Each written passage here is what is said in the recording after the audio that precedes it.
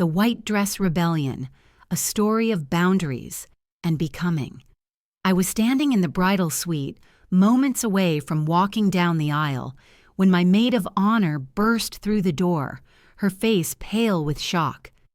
"She's wearing white," Amanda gasped, gripping the doorframe. "Elena, your mother-in-law, is wearing a full wedding dress. Train, veil, everything. She looks like she's the one getting married." I should have been surprised. I should have panicked or cried or run to my fiancé Marcus for help. But instead, I felt something settle in my chest, a cold, crystalline clarity I'd been building toward for 2 years. "Good," I said, adjusting my own dress in the mirror. I was hoping she'd do exactly that. Amanda stared at me. "What?" I said I was hoping she'd wear white, because now everyone's about to see exactly who Diane Morrison really is. And by the time this wedding is over, she's going to wish she'd worn black. My name is Elena Rodriguez, and this is the story of how my monster-in-law tried to ruin my wedding day, and how I turned her biggest power play into her most humiliating defeat. But it's also the story of something bigger, how I learned to fight for myself, to set boundaries with people who refuse to respect them, and to build a life on my own terms despite someone determined to destroy it. Main story begins. Let me take you back to the beginning. Not to my wedding day, we'll get there, but to the day I first met Diane Morrison, matriarch of the Morrison family and the woman who would become my nemesis. It was a Sunday in late September, 2 months after Marcus and I had started dating. We were both 26, young professionals in Dallas, me a teacher, him a financial analyst. Marcus had been hesitant about introducing me to his mother. "She's particular," he'd warned me over coffee. "Very particular about who I date. She has strong opinions." Strong opinions like what? Like, she thinks I should marry someone from our social circle, someone she approves of, someone who— He stopped himself. Someone who isn't a Mexican-American teacher from Oak Cliff? I'd finished for him. He'd flinched. I didn't say that. But it's true, isn't it? My mother can be old-fashioned about certain things, but once she gets to know you, she'll love you. I know she will. I should have recognized that as the first red flag, the assumption that I needed to win her approval rather than her needing to treat me with basic respect because I was important to her son. But I was young and in love and optimistic, so I agreed to Sunday brunch at the Morrison family estate in Highland Park. The Morrison house was exactly what I expected, a massive colonial with white columns, manicured lawns, and the kind of quiet wealth that whispered rather than shouted. I'd grown up in a modest house in Oak Cliff where my parents had worked multiple jobs to give my siblings and me a better life. This was a different world entirely. Diane Morrison opened the door herself. She was 62, though you'd never guess it. Perfectly preserved with blonde hair that couldn't possibly be natural, a tennis-toned figure, and the kind of expensive clothes that looked casual but probably cost more than my monthly rent. "You must be Elena," she said, her smile not quite reaching her eyes. "Marcus has told me so much about you." "It's lovely to meet you, Mrs. Morrison." I extended my hand. She took it limply, barely a handshake. "Please, call me Diane. Mrs. Morrison makes me sound old." She looked me up and down in a way that felt like an appraisal. "Well, come in. Brunch is almost ready." Marcus's father, Richard, was pleasant enough, a semi-retired corporate lawyer who spent most of brunch talking about golf. Marcus's younger sister, Claire, was away at college, so it was just the 4 of us in their formal dining room, being served by a housekeeper named Maria, who Diane treated like furniture. "So, Elena," Diane said, delicately cutting her eggs Benedict, "Marcus tells me you're a teacher. How noble." The pause before noble spoke volumes. "I teach 5th grade at Rosa Parks Elementary. I love it." "That's in Oak Cliff, isn't it? Such a challenging area." "It's my neighborhood. I grew up there." "Oh." Another loaded pause. "And your family. What do they do?" "My father owns an auto repair shop. My mother's a nurse. My older brother is a lawyer and my sister is in medical school." How industrious. Diane smiled that cold smile again. Self-made people. I admire that. Though, of course, Marcus comes from a very different background. 5 generations of Morrisons in Dallas. His great-great-grandfather founded Morrison Steel. The family has been instrumental in building this city. "Mom," Marcus said, a warning in his voice. "What, darling? I'm just making conversation." She turned back to me. "You know, Marcus was dating Jennifer Whitmore before you. Such a lovely girl. Her family owns Whitmore Properties. I'm sure you've seen their buildings downtown. She and Marcus were practically raised together. We all thought they'd end up married." "We broke up 2 years ago," Marcus said firmly. "Let it go." "I'm just saying, Jennifer understood our world. She knew what it meant to be a Morrison, the social obligations, the charitable work, the expectations. I felt something harden inside me. This woman was going out of her way to make me feel inferior, to suggest I didn't belong, and Marcus, while uncomfortable, wasn't shutting it down as firmly as he should have. "Well," I said, keeping my voice pleasant, "I may not come from old money, but I understand hard work, family values, and treating people with respect. Those seem like pretty universal virtues to me." Diane's smile froze. Of course, I didn't mean to suggest otherwise. But she had, and we both knew it. The rest of brunch was painfully civil. Diane asked about my education UT Austin on scholarships, my career plans, continue teaching, maybe get a master's eventually, my family's traditions very close-knit, lots of Sunday dinners. Each answer seemed to confirm something for her, that I was not the right fit for her precious son. As we were leaving, Diane pulled Marcus aside while I waited by the car. I couldn't hear their conversation, but I saw her face, stern, disapproving, emphatic. Marcus's body language was defensive, his jaw tight. When he finally came back to the car, he was quiet. "What did she say?" I asked as we drove away. "Nothing important." "Marcus," he sighed. "She thinks we're rushing things, that we should slow down, make sure we're compatible long term. She's worried about cultural differences, different backgrounds, different expectations."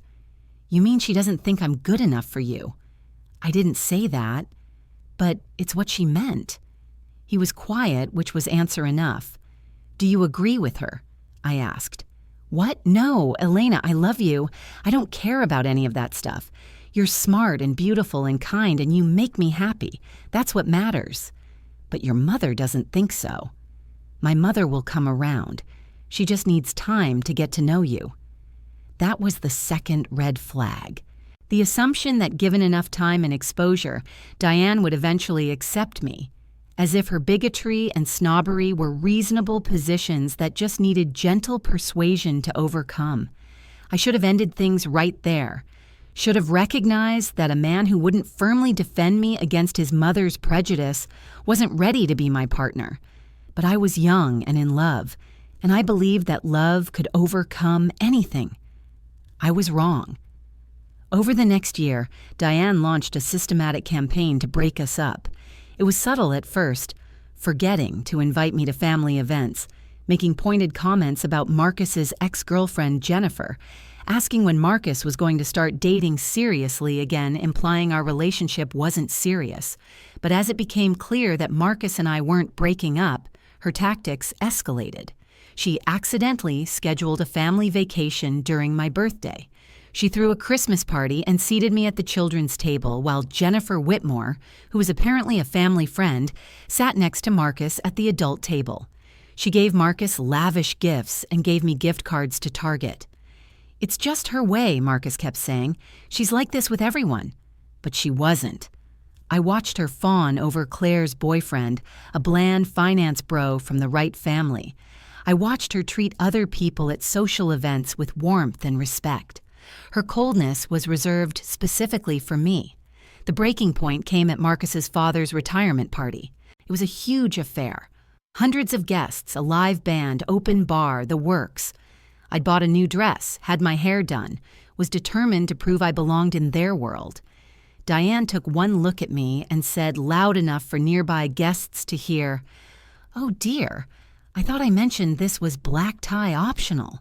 You look like you're going to a nightclub. My dress was perfectly appropriate, a navy cocktail dress, elegant and modest.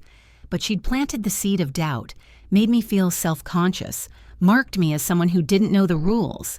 Then during dinner, she asked me, again, loudly, "So, Elena, do you ever worry that you and Marcus want different things?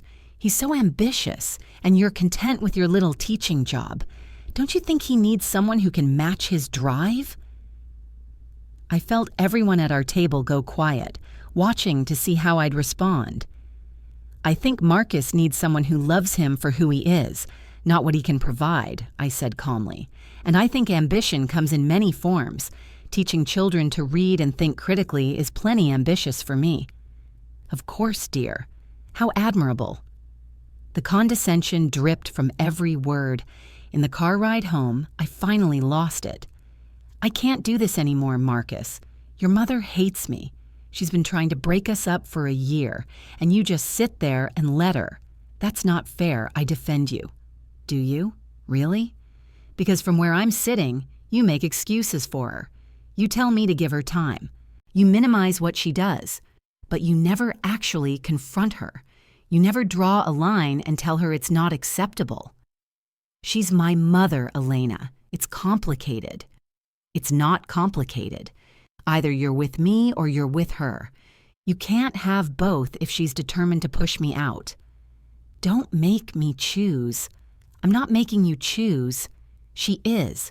By refusing to respect me, by treating me like I'm not good enough, by trying to humiliate me in front of your family and friends. She's forcing a choice. And right now, it seems like you're choosing her." We drove the rest of the way in tense silence. I thought maybe that would be the end of us, that Marcus would realize he couldn't stand up to his mother and we'd break up. Instead, 2 weeks later, he proposed. We were at White Rock Lake watching the sunset when he got down on one knee. "Elena Rodriguez, I love you. I know my mother has made things difficult. I know I haven't always handled it well, but I want to spend my life with you. I want to build our own family, our own traditions. I want to prove to you that you're my priority. Will you marry me?" I should have said no. I should have told him that an engagement ring wasn't the same as setting boundaries with his mother, that marriage wouldn't magically fix the problems we had, but he looked so earnest, so hopeful, and I loved him. God help me, I loved him. "Yes," I said. The ring was beautiful, a sapphire surrounded by diamonds. "I know tradition says diamond," Marcus explained, "but I remembered you said sapphires were your favorite. I wanted it to be unique, like you." It was perfect. For one brief, shining moment, I thought maybe everything would be okay. Then we told his family. Diane's reaction was everything I'd feared and nothing I'd hoped for. She went pale, then red, then pale again. She set down her wine glass so hard it cracked. "You're engaged," she said flatly. "Yes, isn't it wonderful?" Marcus was beaming, oblivious to his mother's fury. "When did this happen?" "Tonight. I just proposed at the lake." "I see." Diane's voice was ice. "And you didn't think to discuss this with your father and me first?" "Discuss it? Mom, I'm 27 years old. I don't need permission to propose to my girlfriend." "No, but some consideration for your family would have been appropriate. This is a big step, Marcus. Marriage isn't just about two people. It's about families joining together. And frankly, I'm not sure this is the right match." "Mom, I'm just being honest, darling. Elena is a lovely girl, but you come from very different worlds, different values, different expectations, different social circles. I worry that you're rushing into something without thinking it through." I found my voice. "With all due respect, Mrs. Morrison, Marcus and I have been dating for over a year. We've thought this through carefully." She turned to me, her eyes cold. "Have you thought about what it means to be a Morrison? The social obligations? The charitable work? The expectations from the community? Marcus will inherit significant responsibility. He needs a partner who can handle that." "I can handle whatever comes." "Can you? Because frankly, dear, you've struggled to fit into our world so far. The social events, the family gatherings, you always seem uncomfortable, out of place. Maybe because you've done everything possible to make me feel unwelcome." The words hung in the air. Richard shifted uncomfortably. Marcus stared at his mother, waiting. Diane's smile was thin and sharp. "I've done nothing but try to include you, Elena. If you felt unwelcome, perhaps that's your own insecurity talking. Perhaps you know, deep down, that you don't really belong here." "That's enough," Marcus said, his voice hard. "Elena is going to be my wife. She is part of this family now. If you can't accept that, if you can't treat her with respect, then we'll have to limit our contact with you." It was the firmest I'd ever heard him stand up to his mother. For a moment, I felt hope. Then Diane laughed. Actually laughed. "Oh, darling, you think you're going to cut me out? I'm your mother. We're family. That doesn't change just because you're infatuated with a girl from the wrong side of town." She stood up, smoothing her skirt. "You'll see. Marriage is hard. And when things get difficult, and they will, you'll remember that family is forever. Elena is just temporary." She walked out of the room, leaving the three of us sitting there in stunned silence. "I'm sorry," Richard said quietly. "She'll come around. She just needs time." But I knew better. Diane Morrison had no intention of coming around. She just declared war, and our wedding, that was going to be her battlefield. Planning the war. The morning after the disastrous announcement, Marcus tried to convince me that his mother's reaction was just shock, and she'd warm up to the idea. "Marcus, she called me temporary. She said I don't belong in your world. That's not shock. That's a declaration of intent." We were having breakfast at my apartment in Oak Cliff, a small one-bedroom I decorated myself with thrift store finds and DIY projects. It was worlds away from the Morrison estate, and I knew Diane had made pointed comments about Marcus slumming it when he visited me here. She was just upset that I didn't talk to her first. You know how she is about family protocol.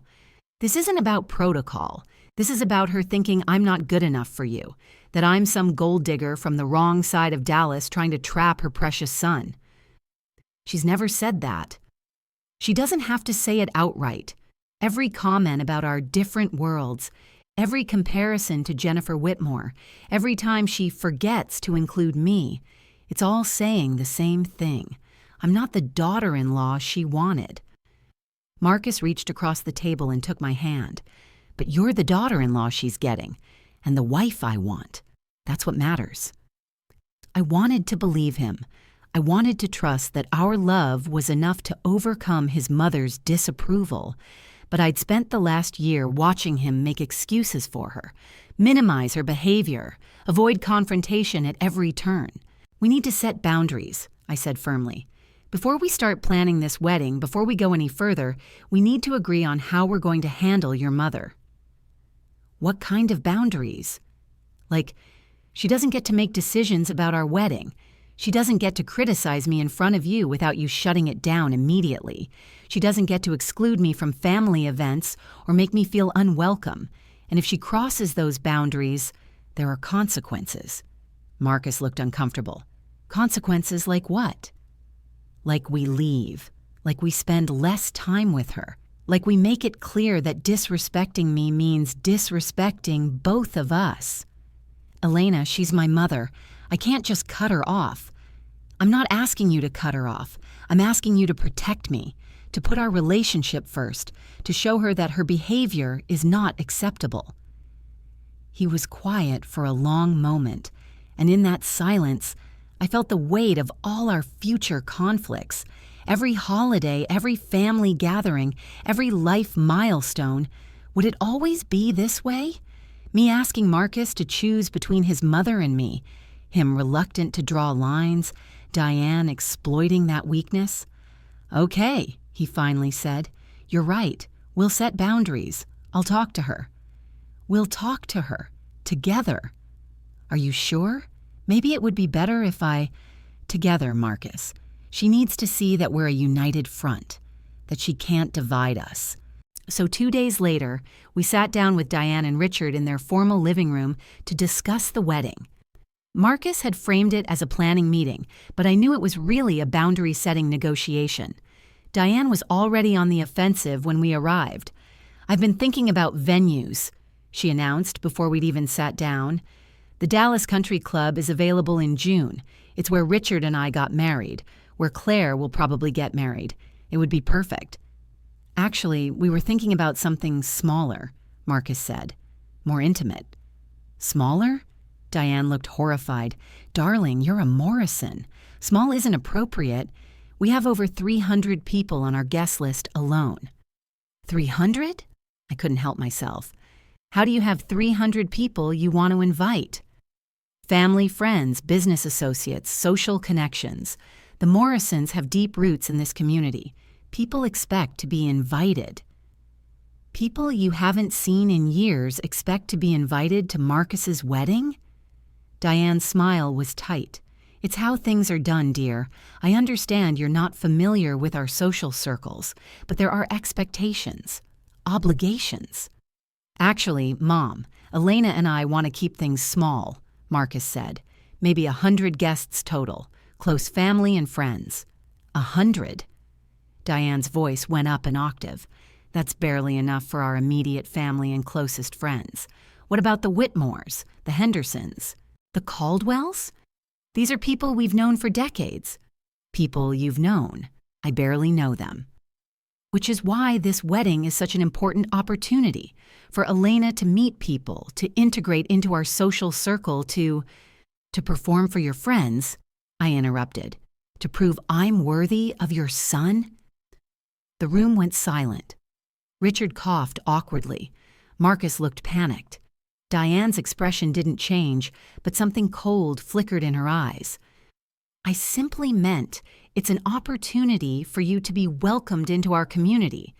But if you'd rather have a small, private ceremony that excludes everyone we know, that's your choice."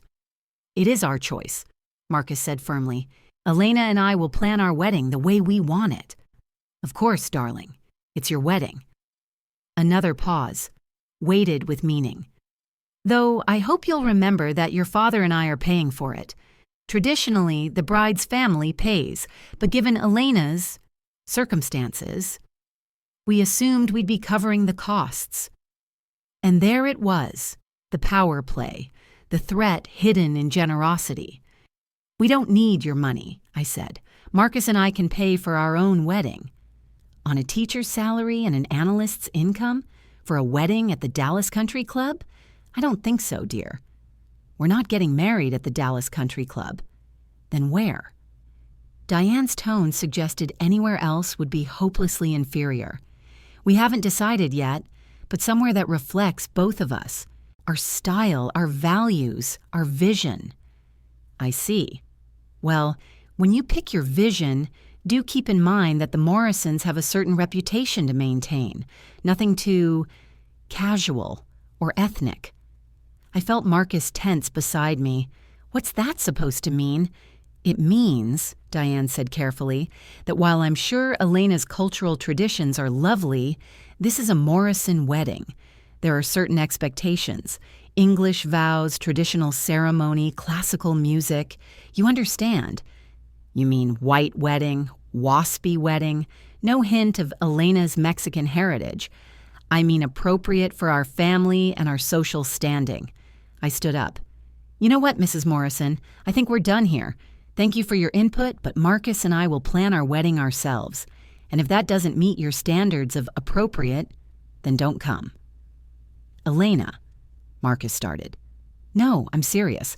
I've spent a year trying to win your mother's approval, trying to be good enough, trying to fit into her world.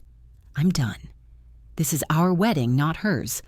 If she can't respect that, if she can't treat me with basic human decency, then she doesn't need to be there." I walked out, shaking with anger and adrenaline. Marcus caught up with me at the car. "That was intense," he said. "Are you upset with me?" "What? No, you were right. She was being completely unreasonable." He pulled me into a hug. "I'm sorry. I should have shut that down earlier. The comment about ethnic traditions, that was way out of line. But will you actually stand up to her? Or will you just apologize to me and then try to smooth things over with her?" He pulled back, looking hurt. "That's not fair." "Isn't it? Marcus, I need to know you're on my side, really on my side, not just telling me I'm right in private and then caving to your mother to keep the peace. I'm on your side, I swear. We'll plan this wedding exactly how we want it, and if Mom doesn't like it, that's her problem."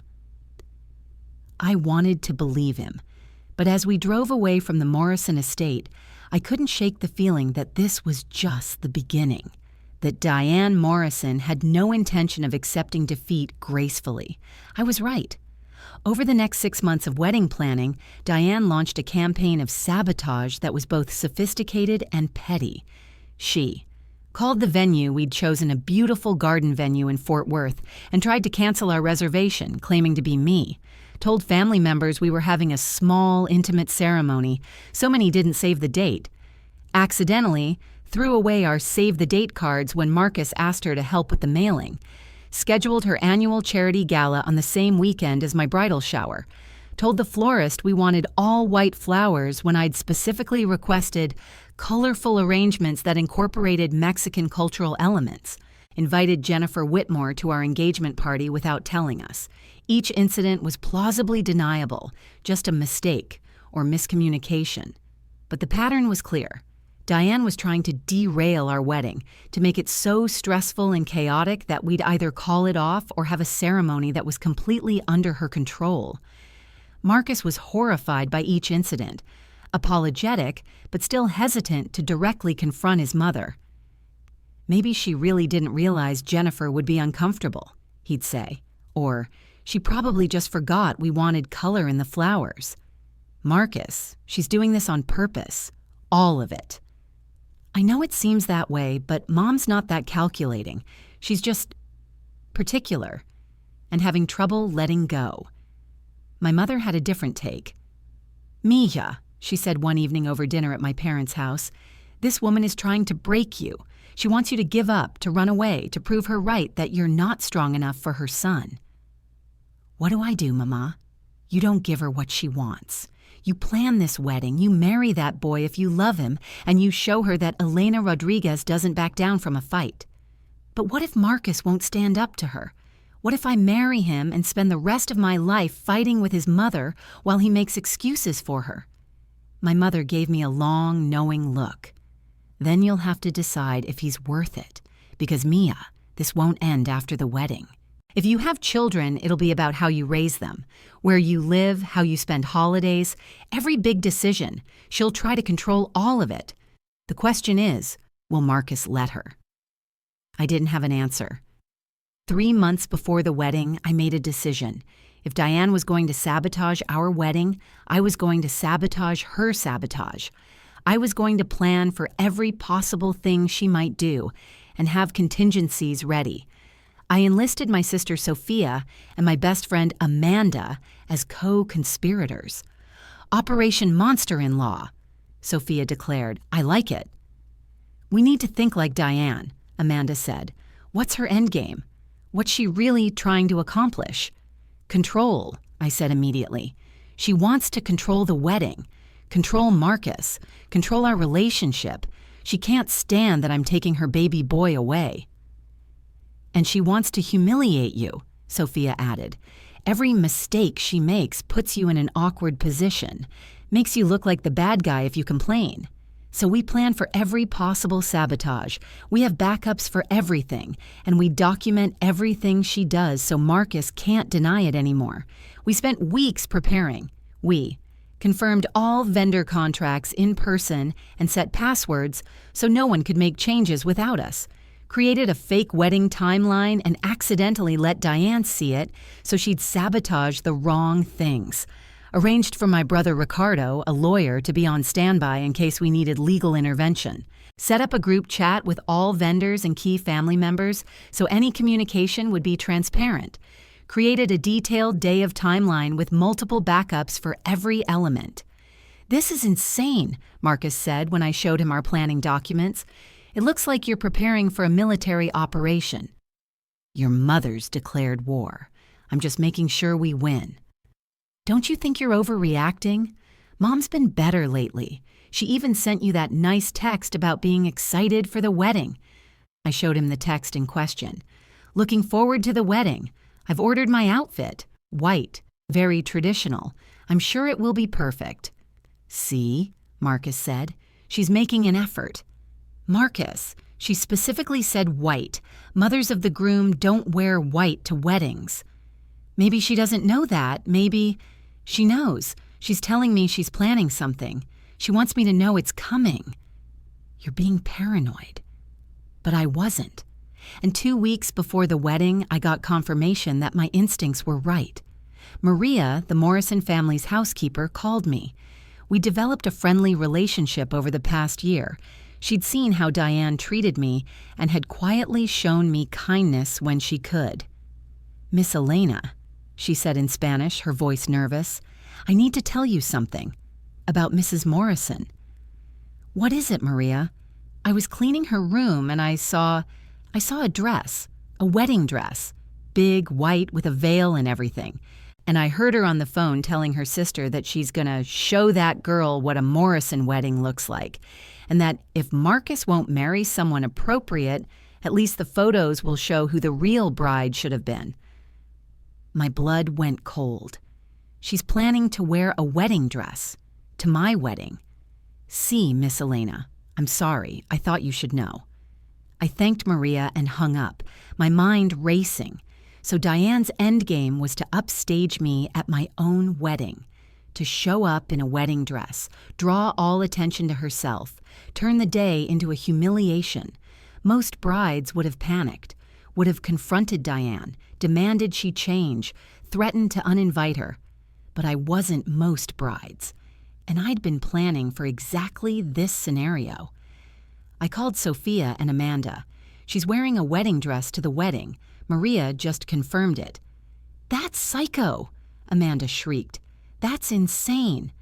Actually, I said slowly, a plan forming, it's perfect. Perfect? How is your monster-in-law wearing a wedding dress to your wedding perfect? Because now I know what she's planning, and I can plan for it. I can turn her biggest power move into her biggest embarrassment. What are you going to do? I smiled. I'm going to let her wear the dress. I'm going to let her walk into that venue in full bridal attire thinking she's won. And then I'm going to make sure everyone there knows exactly what kind of person Diane Morrison is. The setup. 2 weeks before the wedding, I put my plan into motion. First, I met with our wedding photographer, a kind woman named Sarah, who I'd hired specifically because she was known for candid shots and photojournalistic style, rather than the stiff, formal portraits Diane preferred. Sarah, I need to talk to you about a potential situation at the wedding. She looked up from her camera equipment. What kind of situation? My mother-in-law is planning to wear a wedding dress, a full white wedding dress with train and veil. She's trying to upstage me. Sarah's eyes went wide. I've never heard of anyone actually doing that. I thought it was just a horror story brides told each other. Well, Diane Morrison is making it a reality, and I need your help documenting it. Documenting it? I want you to capture her arrival, her dress, the reactions of the guests, everything. I want a complete photographic record of what she does. Most brides would want me to exclude the mother-in-law from photos if she was causing drama. I'm not most brides. I want the evidence. And I want everyone to see what kind of person she is. Sarah grinned slowly. I like the way you think. Consider it done. Next, I called our venue coordinator, a no-nonsense woman named Patricia. Patricia, I need to prep you for a situation that might arise. My mother-in-law is likely going to show up in a white wedding dress. There was a pause. I'm sorry. Did you say your mother-in-law is wearing a wedding dress? Yes. She's trying to ruin my wedding day. I need you to let her in, don't make a scene, but have your staff ready to manage the situation if needed. Manage it how? Make sure she doesn't get near me during the ceremony. Seat her in the back row instead of the front. If she tries to stand during the ceremony or make any kind of speech or spectacle, have someone escort her out immediately. I've dealt with difficult family members before, but this is next level. I know, but I'm trusting you to help me handle it. You've got it. And Elena, I'm sorry you have to deal with this on your wedding day. Thanks. But honestly, I've been preparing for this for 2 years. I'm almost relieved to finally know her endgame. Then came the hardest part, deciding how much to tell Marcus. Part of me wanted to keep him completely in the dark, let him be surprised along with everyone else, so he couldn't tip off his mother or try to smooth things over. But that felt like a betrayal of our partnership. So I told him. 3 days before the wedding, I sat him down and laid it all out. Your mother is planning to wear a wedding dress to our wedding. Marcus laughed, genuinely laughed. What? No, she's not. That's insane. I have it on good authority from someone who's seen the dress, white, full bridal, veil and all. There's no way. Mom wouldn't. She knows that's completely inappropriate. Does she? Because she's done nothing but inappropriate things for 2 years. This is just her grand finale. Maybe you misunderstood. Maybe it's cream-colored or ivory or…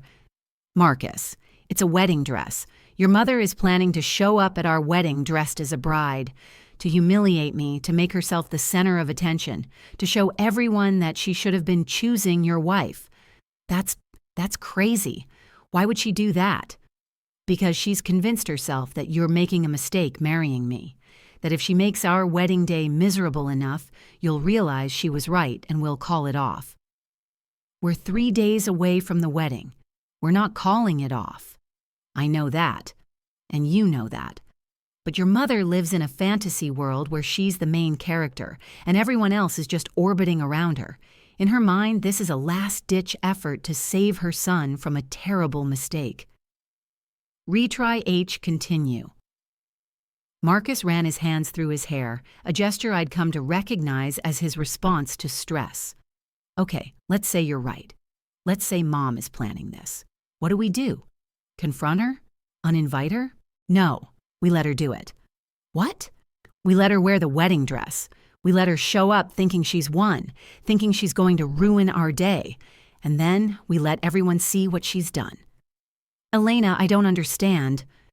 Your mother has spent 2 years making me look like the problem, like I'm too sensitive, too defensive, too quick to assume the worst. Every time she does something awful, she frames it as a misunderstanding. And you… I paused, softening my tone. You've wanted so badly to believe she means well that you've given her the benefit of the doubt every single time. He looked away, unable to deny it.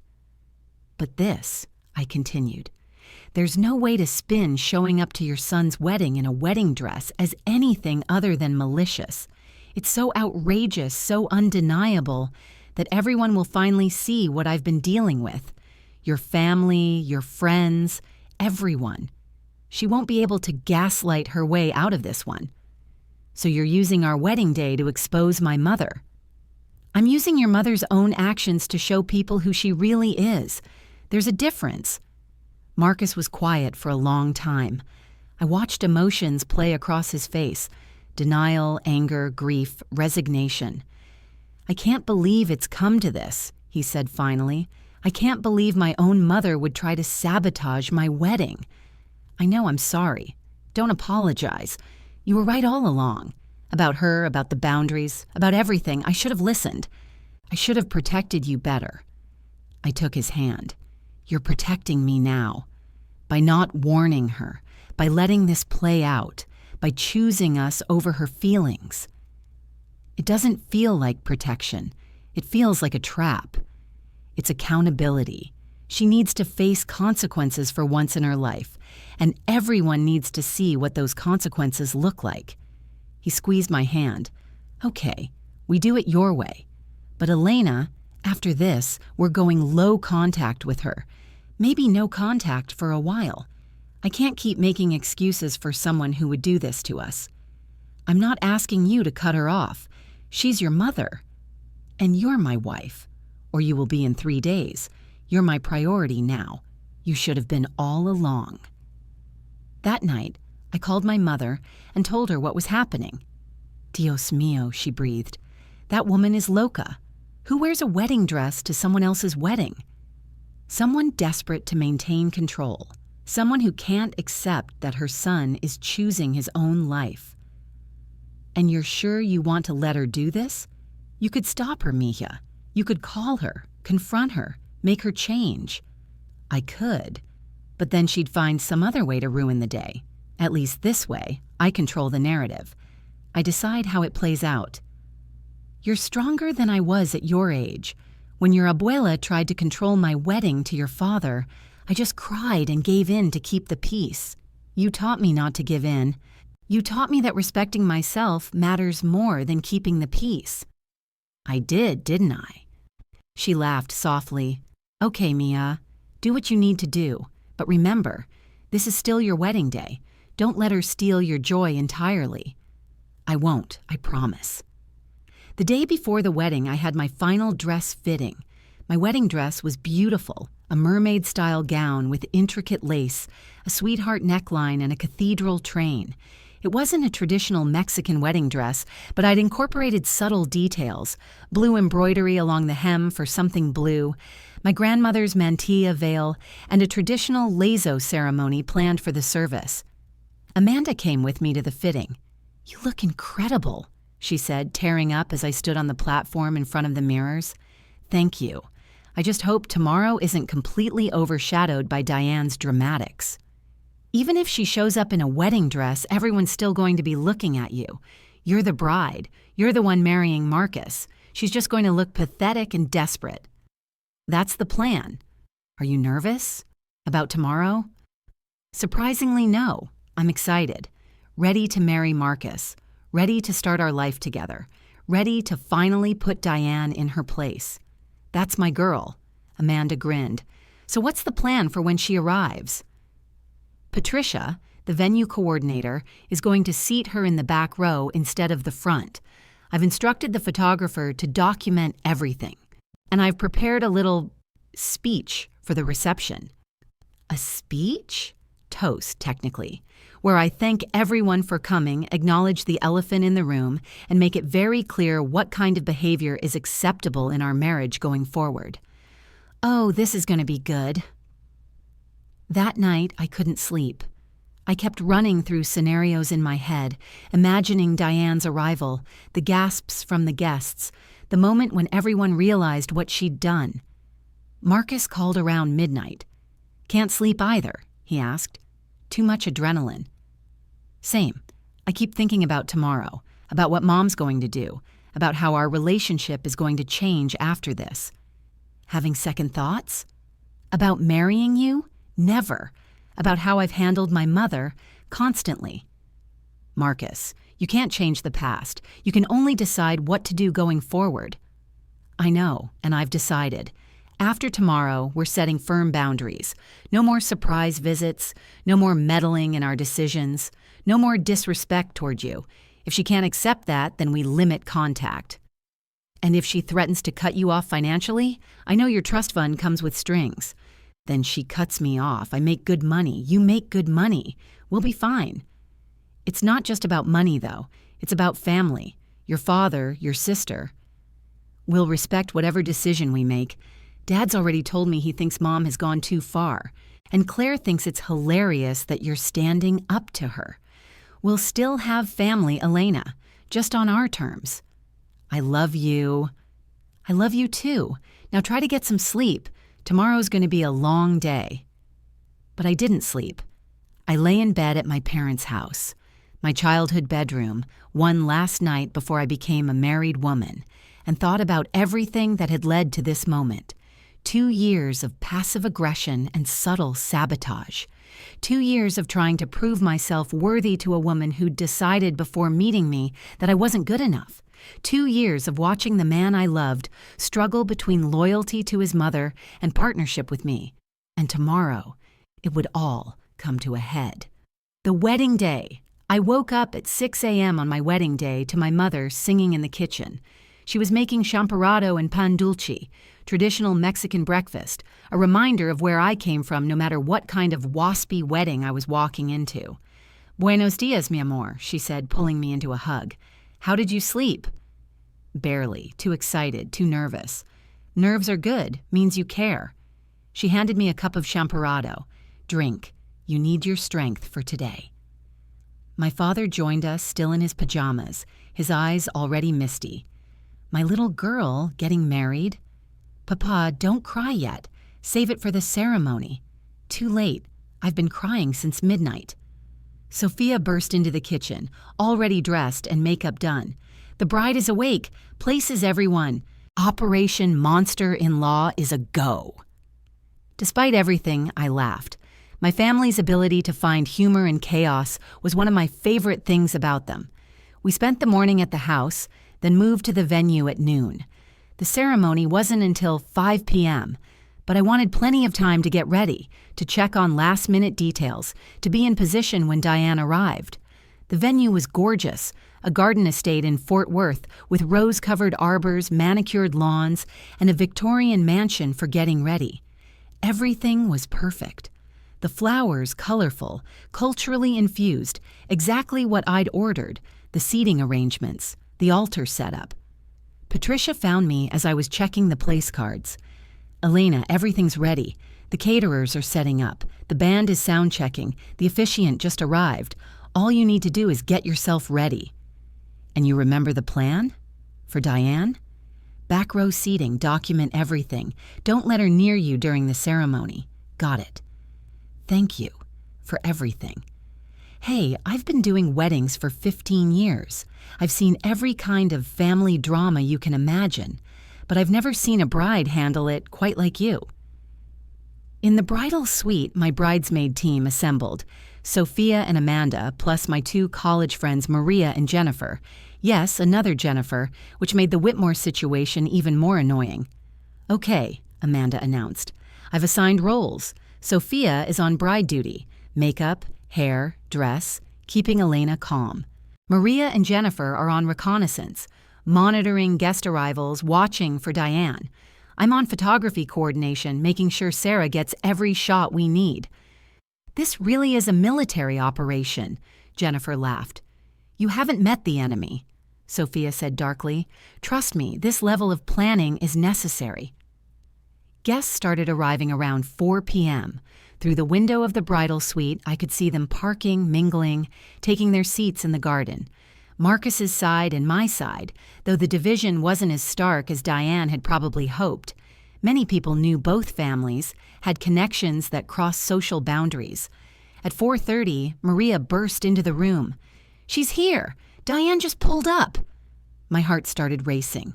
And, "Elena, you were right. She's wearing a full wedding dress, like full-on bridal gown with train and veil. She looks like she's the one getting married." "Oh my God," Jennifer breathed. "She actually did it." "What are people saying?" I asked. "People are staring, gasping." I heard someone say, "Is that the groom's mother?" And someone else respond, "That's insane." Richard looks mortified. He's trying to get her to leave, but she's refusing. "And Marcus?" "He's at the front with the groomsmen. I don't think he's seen her yet." Okay, this is happening."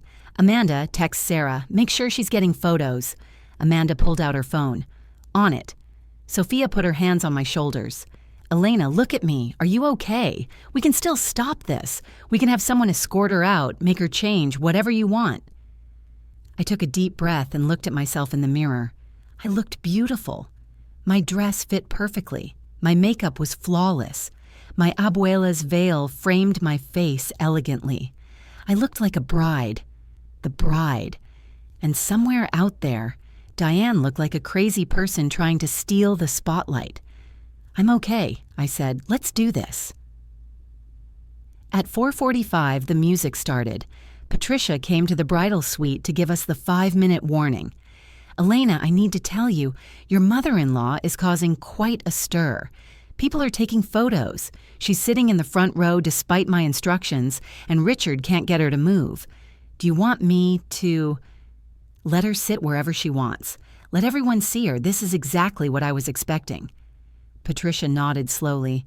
"You're handling this with incredible grace." Not grace, strategy. The ceremony was a blur. I remember walking down the aisle on my father's arm, seeing Marcus at the altar with tears in his eyes, feeling the weight of everyone's stares.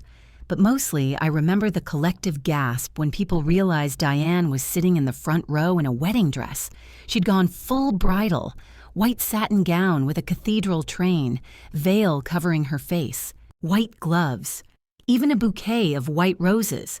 She looked like a bride from the 1950s, overdressed and completely inappropriate. Marcus's face when he saw her was a mixture of shock and fury. His father, Richard, looked like he wanted to disappear into the ground. Claire was openly staring at her mother with her mouth hanging open, but I kept walking, kept my eyes on Marcus, my focus on why we were there, to get married, to commit to each other, to start our life together. The ceremony itself was beautiful.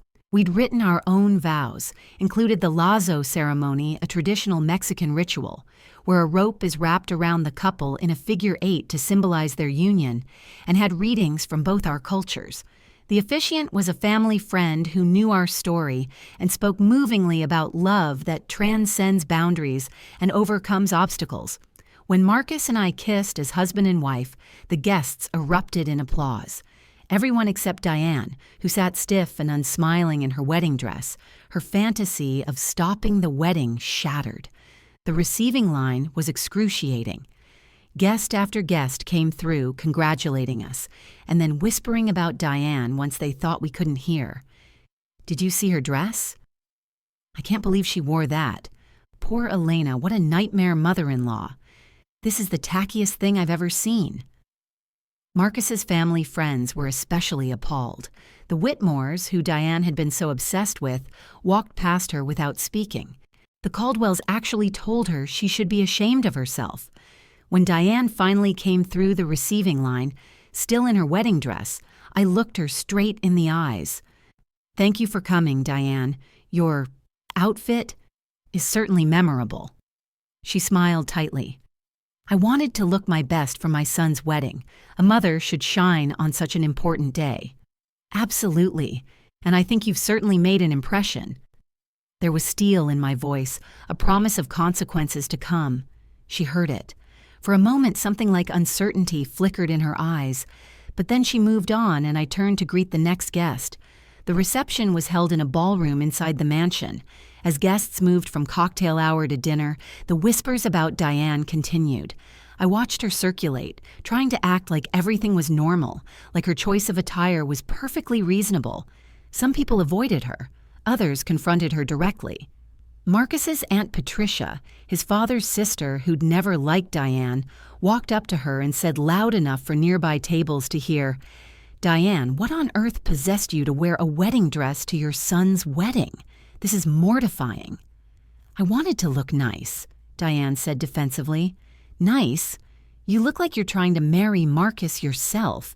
This is inappropriate and frankly disturbing. What kind of mother competes with her daughter-in-law on her wedding day?" "I'm not competing. I'm simply embarrassing yourself and your family. Richard, get your wife out of that ridiculous dress." But Diane wouldn't leave, wouldn't change. She sat at the family table in her wedding dress throughout dinner, receiving scandalized looks from everyone around her. Sarah, our photographer, was documenting everything. Every shocked face, every whispered comment, every moment of Diane's growing realization that her power play had backfired. After dinner, before the first dance, it was time for toasts. Marcus's best man gave a funny speech about our relationship. My maid of honor, Amanda, gave a touching tribute to our love and my strength. Then I asked for the microphone. "I have a few words I'd like to say," I announced. Marcus looked at me, a question in his eyes. This wasn't part of the planned program, but he nodded, trusting me. "First," I began, "I want to thank everyone for being here today. Your presence means the world to Marcus and me. Many of you have supported us throughout our relationship, and we're so grateful." Applause. Diane sat frozen at the family table. I also want to address something that I think everyone has noticed, but has been too polite to mention directly. My mother-in-law chose to wear a wedding dress today, a full bridal gown to her son's wedding. The room went completely silent. You could have heard a pin drop. Now, some of you might think this was an innocent mistake. Maybe she didn't know the etiquette. Maybe she was confused. I paused, my eyes finding Diane. But the truth is, this was a deliberate choice. The culmination of 2 years of attempts to undermine my relationship with Marcus, to make me feel unwelcome in his family, to prove that I wasn't good enough to be a Morrison. Gasps around the room. Richard had his head in his hands. Claire looked like she was watching a car crash she couldn't look away from. I've spent 2 years trying to win Diane's approval, trying to be the daughter-in-law she wanted, trying to fit into a world that made it clear I didn't belong. And you know what I learned? That some people will never accept you no matter what you do. That trying to please someone who's determined to reject you is a waste of time and dignity. Diane stood up. "This is inappropriate. How dare you?" "Sit down," Marcus said coldly. "You had your moment today. Now it's Elena's turn." Diane sat, her face red with fury and humiliation. I continued. "So I want everyone here to witness me setting a boundary. Diane, you are welcome in our lives, but only if you can treat me with respect. Only if you can accept that Marcus chose me, that we are a family now, and that your approval is no longer required or desired. If you can't do that, then you're choosing to exclude yourself from our future. You can't cut me off from my son." Diane's voice was shrill now, desperate. "I'm not cutting you off. I'm setting terms for engagement. You can be part of our lives with respect, or you can be absent. That's your choice." I turned back to the guests. "I'm sharing this publicly because I want everyone to understand something. Family is not an excuse for abuse. Blood relation does not give anyone the right to disrespect, manipulate, or sabotage you.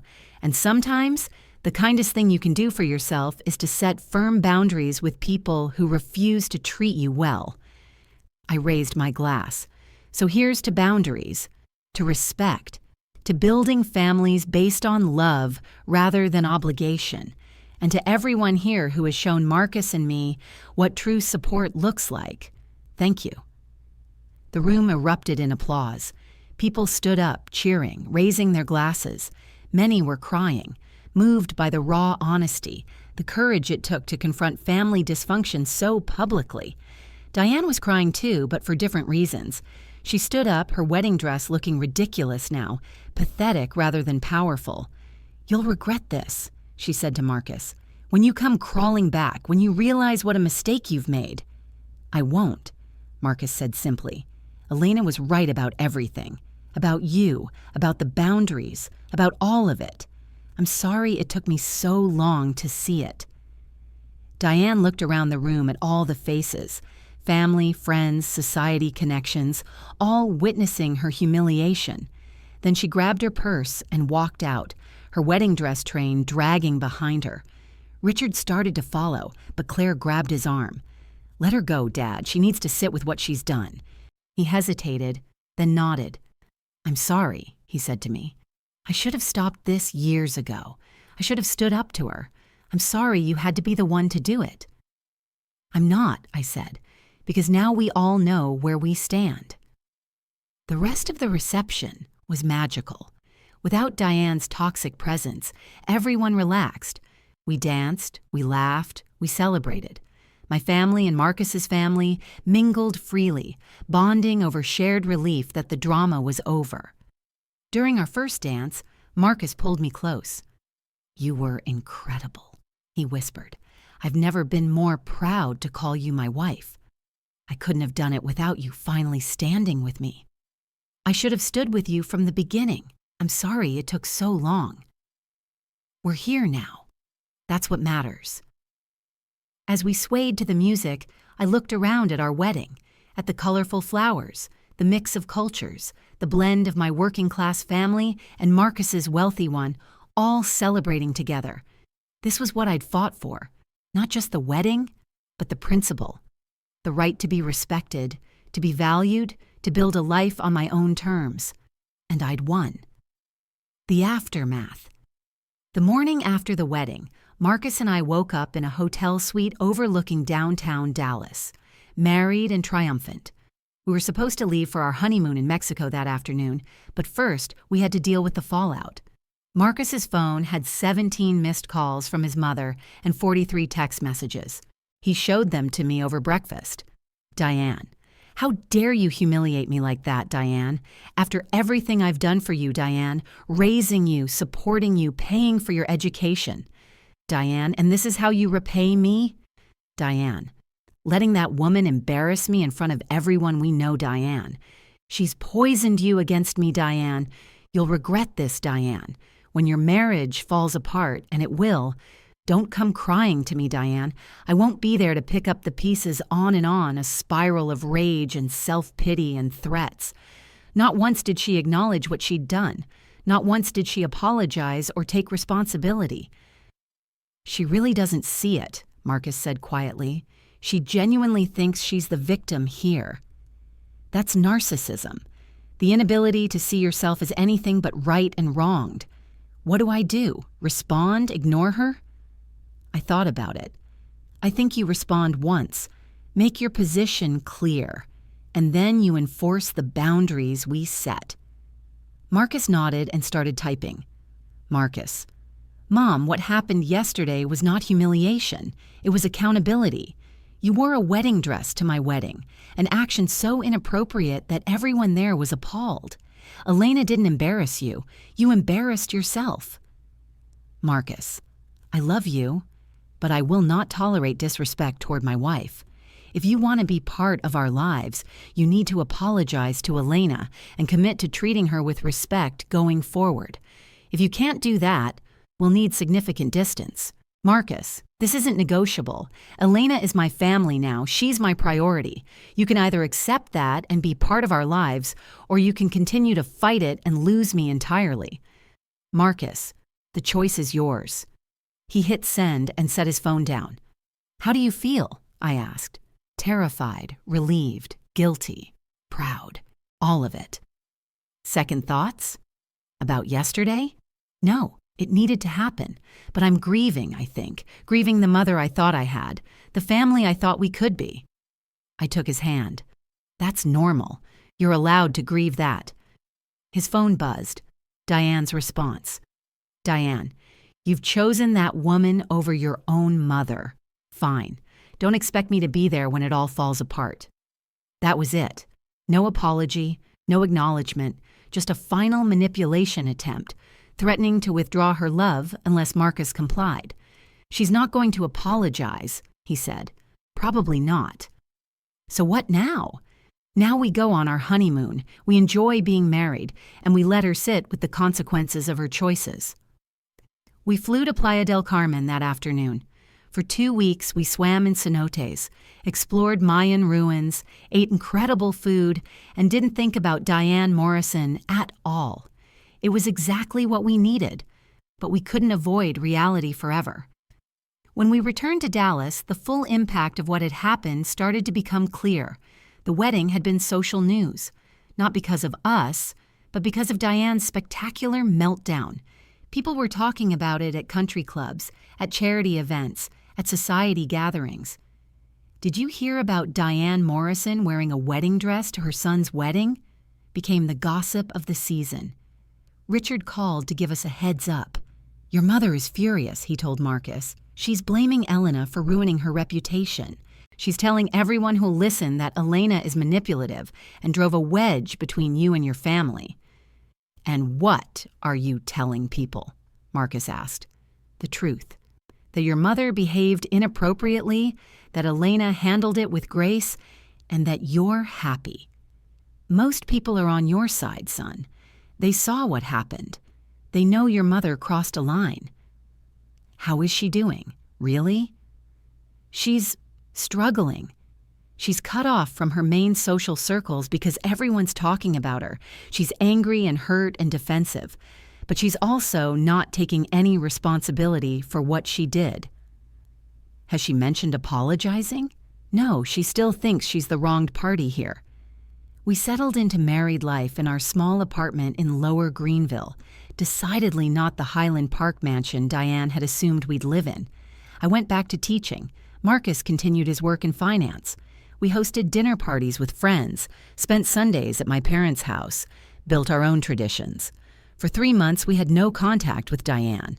She didn't call, didn't text, didn't reach out.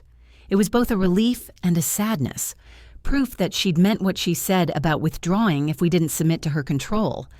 Then in early December, Richard called again. "Your mother's in the hospital. She had a minor stroke." Marcus went pale. "How minor?" "Minor enough that she'll make a full recovery. But it was a wake-up call. She's scared, Marcus, and she's asking for you." We drove to the hospital that night. Diane was in a private room, looking small and fragile in the hospital bed. For the first time since I'd known her, she looked her age. No amount of expensive skincare could hide the fear and vulnerability in her face. "Marcus," she said when she saw him. Her voice was weak. "You came." "Of course I came, Mom. You're in the hospital." Her eyes slid to me, standing slightly behind Marcus. "You brought her. Elena is my wife. Where I go, she goes." Diane looked away. I suppose I should have expected that. We stood there in awkward silence for a moment. "How are you feeling?" Marcus finally asked. "Tired, scared. The doctors say I'm lucky. It was a minor stroke, no permanent damage. But it made me think about mortality, about what matters." "Mom, let me finish, please." She took a shaky breath. "I've been angry for months, at you, at Elena, at everyone. Angry that you chose her over me. Angry that people judged me for the wedding. Angry that my life changed." "You wore a wedding dress to your son's wedding," I said quietly. "People judged you because what you did was objectively wrong." "I know." The words came out small, defeated. "I know that now. I knew it then, too, if I'm being honest. But I couldn't accept that I was losing you, Marcus, that you were building a life that didn't revolve around me." "I was never going to revolve around you, Mom. I'm an adult. I'm supposed to build my own life." "I know. But knowing something intellectually and accepting it emotionally are different things." She turned to me, meeting my eyes for the first time. "Elena, I owe you an apology. Several apologies, actually, for how I treated you from the moment we met, for trying to break you and Marcus up, for wearing that dress to your wedding, for everything." I waited. This could be real, or it could be another manipulation. "I was threatened by you," she continued. "You were everything I wasn't. Genuine, strong, rooted in family rather than status. And Marcus loved you in a way he never loved Jennifer or any of the other girls I pushed at him. That terrified me." "Why?" "Because it meant I was losing control. I've spent my entire life building this image, maintaining this status, controlling my environment. And you didn't care about any of that. You couldn't be controlled or manipulated. So I tried to destroy you instead." It was the most honest I'd ever heard her be. "Do you understand how much you hurt me?" I asked. How isolating it was to be with Marcus while his mother was systematically trying to prove I wasn't worthy. How hard I had to fight just to be treated with basic respect. I do now, or I'm beginning to. I don't expect you to forgive me, Elena. I don't even know if I deserve forgiveness. But I'm asking for a chance to do better, to be better, a chance to be part of your lives without trying to control them." I looked at Marcus. He looked back at me, the question clear. "What do you want to do?" "Here's what I need," I said finally. "I need you to respect boundaries. That means no surprise visits, no undermining our decisions, no comparing me to other people you think Marcus should have married, no trying to control how we live our lives." "I can do that. I also need you to get therapy, real therapy, to work through whatever makes you think controlling your adult children is acceptable." Diane flinched but nodded. "Okay. And I need you to understand that if you cross these boundaries, there will be consequences. We'll reduce contact. We'll limit your involvement in our lives. You won't get endless chances to get it right." "I understand. Lastly, I need you to acknowledge what you did publicly. You humiliated me at my wedding in front of everyone we know. You need to own that. Write me a letter. Make a statement. Something that acknowledges your behavior was wrong." This was clearly harder for Diane. Public accountability, admitting fault, it went against everything she was. But after a long moment, she nodded. "I'll write you a letter, a real apology, not excuses, and I'll send it to you and to everyone who was at the wedding if you want." "I don't need you to send it to everyone, just to me. I need to know you can admit when you're wrong." "Then I will." Marcus finally spoke. "Mom, I love you, but things have to change. Elena is my wife. She's my partner. Your relationship with me depends on your relationship with her. If you can't respect her, we can't have a relationship." "I know." Diane's voice was barely a whisper. "I'm sorry, Marcus, for everything, for making you choose, for not seeing what a wonderful person Elena is, for almost ruining your wedding day. I'm so sorry." And then she started crying. Real tears, not manipulative ones. The kind of crying that comes from genuine remorse and realization of harm done. Marcus sat on the edge of her hospital bed and held his mother while she cried. I stood back, giving them space for this moment of reckoning and potential healing. Was it enough? Could someone like Diane really change? I didn't know, but I was willing to give her a chance to try. Rebuilding Diane's letter arrived 2 weeks after her hospitalization. It was handwritten on her expensive stationery, 3 pages of small, careful script. "Dear Elena, I've spent weeks trying to figure out how to write this letter, how to apologize for 2 years of cruelty without making excuses or minimizing what I did. There's no easy way, so I'll simply tell the truth. From the moment Marcus introduced us, I decided you weren't good enough for my son, not because of anything you did or said, but because of who I am, someone who values status and pedigree over character, someone who sees people as either assets or threats to my carefully constructed world. You were a threat. Young, beautiful, confident, genuinely kind. Marcus loved you in a way that made it clear he'd choose you over anything else, including me. And instead of being happy that my son had found real love, I felt threatened, diminished, pushed aside. So I set out to break you, to make you feel unwelcome, to highlight every difference between our worlds, to plant seeds of doubt about whether you and Marcus were compatible. I wanted you to leave so Marcus would come back to me, to the life I'd planned for him. When that didn't work, I escalated. The wedding dress wasn't a momentary lapse in judgment. It was a calculated choice to humiliate you, to make our wedding day about me, to show everyone that I was still relevant in Marcus's life. What I didn't anticipate was your strength, your refusal to be intimidated or driven away, your grace in the face of my cruelty, and most importantly, Marcus finally seeing me clearly and choosing you anyway. The stroke was a wake-up call. Lying in that hospital bed, I realized I'd spent so much time trying to control everyone around me that I'd lost the relationships that actually mattered. I'd alienated my son, destroyed any chance of a relationship with my daughter-in-law, and embarrassed myself in front of everyone I knew. And for what? To maintain an illusion of control? To protect my ego? Elena, I can't undo what I've done. I can't give you back 2 years of feeling unwelcome and attacked, but I can promise to do better going forward.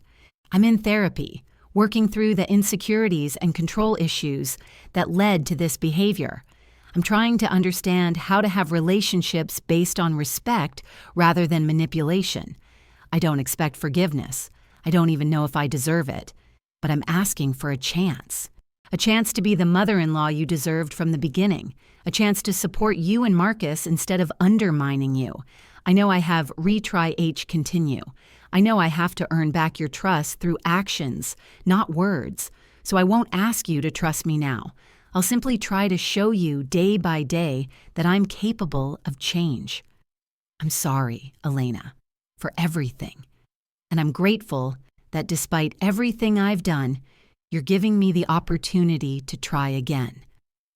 Sincerely, Diane. I read the letter 3 times, looking for hidden barbs or manipulative language, but it seemed genuine, raw, vulnerable, honest in a way I'd never heard Diane be before. Marcus read it over my shoulder. "What do you think?" he asked. "I think it's a start. Words are easy, though. The real test is whether she follows through." "Do you want to give her a chance?" I thought about it. Part of me wanted to say no, to protect myself from further hurt, but another part remembered Diane in that hospital bed, small and scared and genuinely remorseful. Yes, but slowly, very slowly. So we started the delicate process of rebuilding. Diane respected our boundaries. She didn't show up unannounced, didn't criticize our life choices, didn't bring up Jennifer Whitmore or make comparisons. When we invited her to Sunday dinner at our apartment, she came bearing flowers and compliments on my cooking, which she'd once dismissed as ethnic food. At first, it was awkward. Stiff conversations over dinner, long silences filled with everything unsaid. But gradually, something began to shift. One Sunday in late January, about 2 months into this tentative reconciliation, Diane asked about my family. "How are your parents, Elena, and your siblings?" It was the first time she'd asked about my family as if they were actual people she cared about, rather than markers of my inferior status. They're well. My brother Ricardo just won a big case, and Sophia's thinking about going back to school for her MBA. That's wonderful. Your family is clearly very driven. They are. They taught me that success isn't about where you start. It's about what you do with what you have. Diane looked at me for a long moment. I wish I'd understood that 2 years ago. I was so focused on pedigree and lineage that I couldn't see actual character and strength. "Why did that matter so much to you? The pedigree thing?" She set down her wine glass. "Because I didn't have it myself. The Morrison family has old money and status, but my family? We were middle class from Oklahoma. When I married Richard, I spent years learning to fit in, to speak the right way, to know the right people. I was terrified of being exposed as not really belonging." "So you saw in me what you saw in yourself?" "Yes, someone from the wrong background trying to fit into a world that wasn't mine. Except you didn't seem bothered by it. You were comfortable in your own skin in a way I never was, and I resented you for it." It was the most honest conversation we'd ever had. Marcus, listening from the kitchen where he was cleaning up, went very still. "Diane," I said carefully, "you know you belonged, right? You were married to Richard for over 30 years. You raised 2 successful children. You did fit in.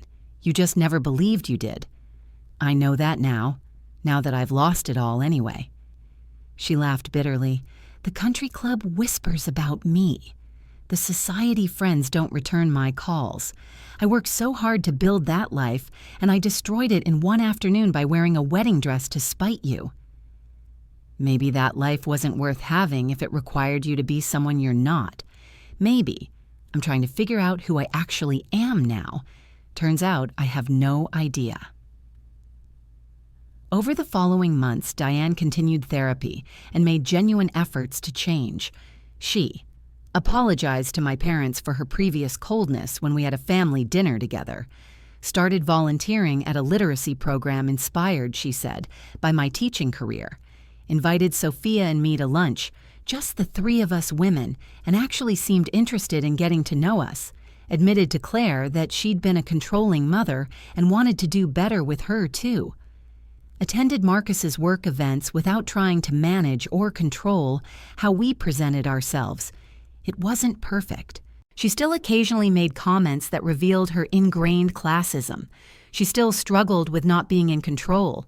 She still sometimes slipped into old patterns of manipulation before catching herself. But she was trying, genuinely trying. In March, 3 months after the hospital incident, Diane invited us to dinner at her house. Not the formal dining room with the housekeeper serving us, but the kitchen table, with Diane cooking the meal herself. "I wanted to talk to you both about something," she said as we ate her surprisingly good lasagna. Marcus and I exchanged glances. Here it comes, I thought, the real agenda behind all this niceness. "I'm selling the house," Diane announced. "What?" Marcus nearly dropped his fork. "The Morrison estate. Mom, that house has been in the family for 4 generations. "I know, and it's been a prison for just as long. Richard and I are divorcing. Amicably, finally, and neither of us wants to keep living in that mausoleum. I'm buying a smaller place in Bishop Arts District. More manageable, more me." Bishop Arts? I was stunned. Bishop Arts was my neighborhood, artsy and diverse, and decidedly not Highland Park Society. I've been walking around the neighborhood with my therapist, trying to understand what made me so threatened by your world, Elena. And you know what I realized? Your neighborhood has life. Real life. People know their neighbors. There are families eating dinner on porches. Children playing. It's what I always wanted but was too scared to admit because it didn't fit the image I thought I needed to maintain. Wow, this is big. It is. I'm scared out of my mind, but I'm also excited. For the first time in decades, I'm building a life based on what I actually want, not what I think I should want. "I'm proud of you, Mom," Marcus said, and I realized I was too. Proud of this woman who'd been my nemesis, who'd tried to destroy my relationship, who'd worn a wedding dress to my wedding, proud because she was doing the hardest thing anyone can do. She was changing. "Thank you," Diane said quietly, "both of you, for giving me another chance when I didn't deserve it. Not everything was perfect. There were still tense moments, still conflicts, still times when Diane's old patterns emerged and had to be addressed, but there was also genuine progress, genuine relationship building. By summer, Diane and I could have coffee together without Marcus as a buffer. We'd talk about books, about her volunteer work, about my challenging students. She'd ask my advice on decorating her new condo. I'd update her on family news. One afternoon in July, she said something that surprised me. "You know, Elena, you saved Marcus." "What do you mean?" "Before you, he was on a path to become just like Richard and me, trapped in a life of obligation and image, going through the motions. When I look at him now, how happy he is, how alive, I realize that's all you. You gave him permission to be himself. Marcus did that himself. I just supported him. You did more than that. You showed him what real partnership looks like, what real love is. I never gave him that model. His father and I, we have affection. We've built a life together, but we've never had what you two have. It's not too late for you to have that, with someone who sees you for who you really are." She smiled sadly. "Maybe. For now, I'm learning to have a relationship with myself. That's quite enough work." In September, almost a year after the wedding, Diane asked if she could host a dinner party for me, a sort of redo of that first meeting, a chance to introduce me to her world the right way. "You don't have to," I said. "I want to, if you're comfortable with it." The party was at her new condo in Bishop Arts. She'd invited family and friends, including, interestingly, some of my teacher colleagues she'd met through my school's fundraiser. The guest list was diverse in a way the Morrison estate parties never had been. Diane spent the evening introducing me as her daughter-in-law with genuine warmth, telling anyone who'd listen about my teaching awards and the literacy program we'd started at my school. No comparisons to Jennifer Whitmore, no comments about different worlds, just pride in her son's choice and respect for who I was. At one point, I found her alone in the kitchen, arranging dessert plates. "Thank you for this," I said. "It means a lot. I should have done it 2 years ago. Better late than never, I suppose." "Diane, I need you to know. I see the work you're doing, the therapy, the changes, all of it. I know it's not easy. It's the hardest thing I've ever done. Easier to wear a wedding dress to spite you than to actually face why I wanted to hurt you." We both laughed at that. Dark humor, but humor nonetheless. "For what it's worth," I said, "I forgive you. Not because you've earned it or because everything's perfect now, but because holding on to anger was hurting me more than it was hurting you." Diane's eyes filled with tears. I don't know what to say. "You don't have to say anything, just keep doing the work, keep being honest, keep trying." She pulled me into a hug, our first real embrace. "Thank you, Elena, for being stronger than I was, for not giving up on Marcus, for giving me a second chance." "Family is complicated," I said, "but it's worth fighting for when people are willing to change." Full circle. 2 years after the wedding, Marcus and I found out I was pregnant. We were terrified and excited and overwhelmed. We told our families over a Sunday dinner, my parents and siblings at my childhood home in Oak Cliff, followed by Diane at her condo. My mother cried with joy. My father made jokes about grandpa duties. Sophia immediately started planning the baby shower. And Diane? Diane cried too, but with something more complicated than joy. Hope, maybe, or gratitude for being included in this moment. "I promise to be a good grandmother," she said quietly. "The kind who spoils them and supports you, not the kind who tries to control everything." "I know you will be," I said, and surprisingly, I meant it. The pregnancy was hard. I had severe morning sickness that lasted well into the second trimester. Working full-time as a teacher while growing a human was exhausting, but I had support. Marcus, my family, and unexpectedly, Diane. She'd check in regularly, asking if I needed anything. She'd bring me ginger tea and crackers when the nausea was bad. She'd research pregnancy books and share articles with the caveat, "But you're the mother, you decide what's right." When I ended up on bed rest at 7 months due to early contractions, Diane showed up at our apartment with groceries, cleaning supplies, and a determination to help. "What are you doing?" I asked as she started organizing our kitchen. "Helping. You're supposed to be in bed. Marcus is at work. Someone needs to make sure you eat and rest." "Diane, you don't have to." "I want to. Please, Elena, let me help. Let me be useful." So she became a fixture during those final difficult weeks. She'd come over in the mornings, make sure I had breakfast, tidy up, and keep me company. We'd watch movies, talk about baby names, plan the nursery. One afternoon, as we were folding tiny baby clothes, a task that made me weepy with hormones and anticipation, Diane said, "I need to apologize again about the wedding." "We've moved past that, Diane. I know, but I've been thinking about it. About what I almost destroyed. You and Marcus, this family you're building. If you'd walked away because of how I treated you, I never would have had this."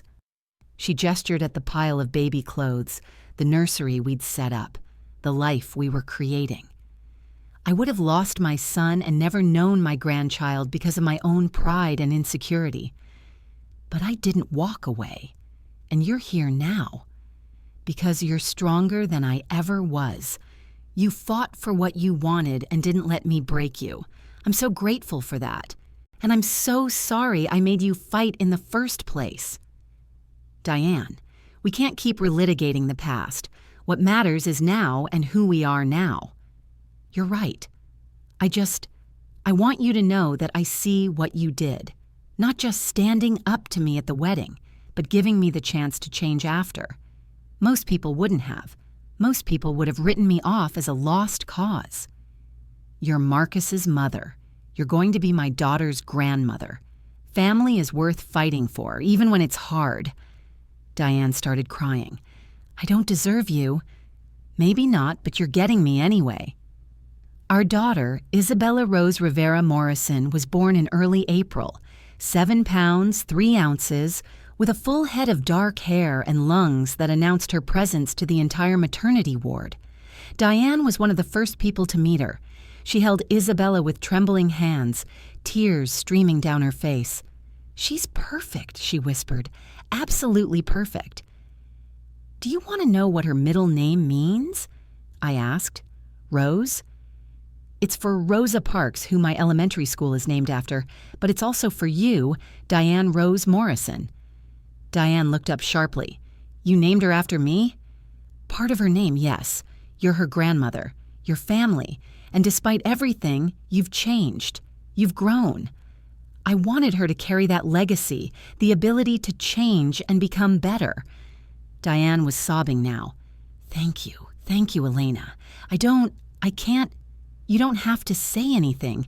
Just love her. And keep being the grandmother and mother-in-law you've become. Those first few months of Isabella's life were exhausting and beautiful.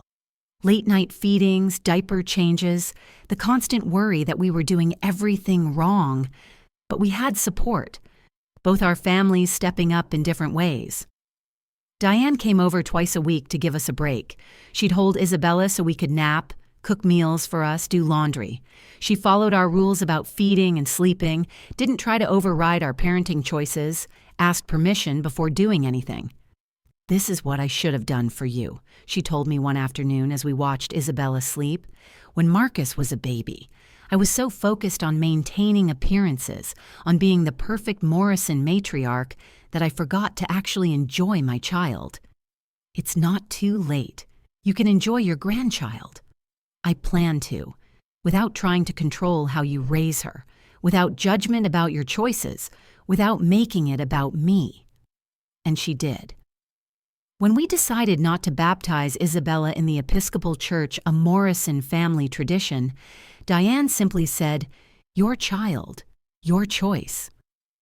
When we introduced Isabella to Mexican cultural traditions, including a proper blessing ceremony with my family, Diane participated with genuine interest and respect. The real test came at Isabella's first birthday party.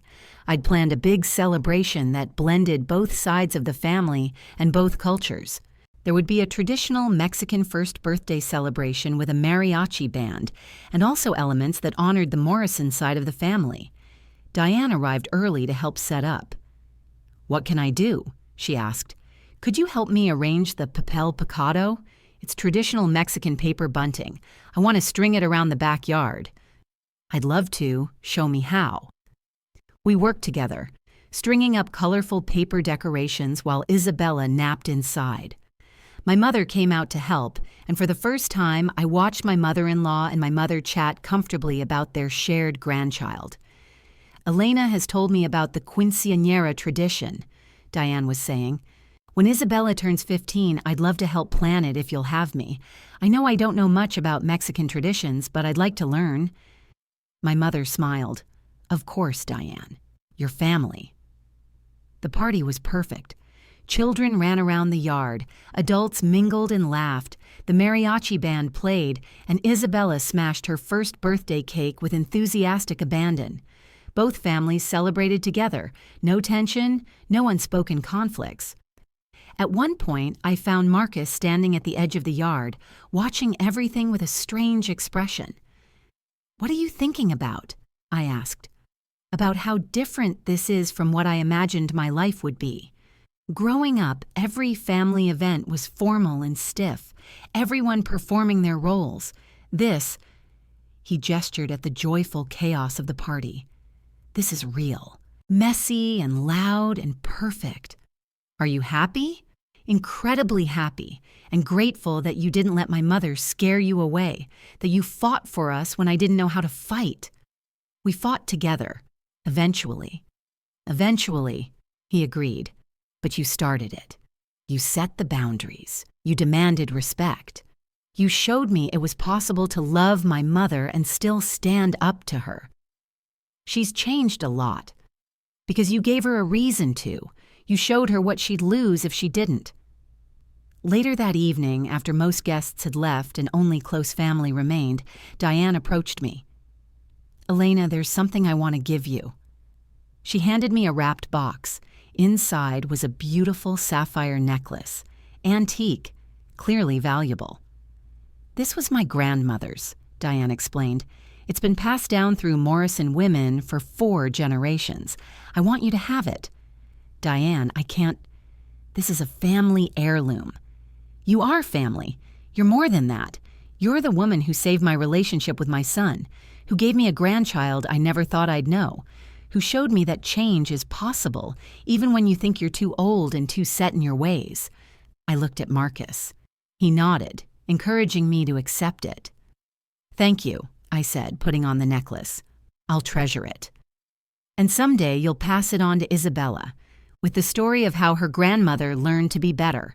Legacy. 5 years after the wedding, Marcus and I had settled into a life that felt both extraordinary and beautifully ordinary.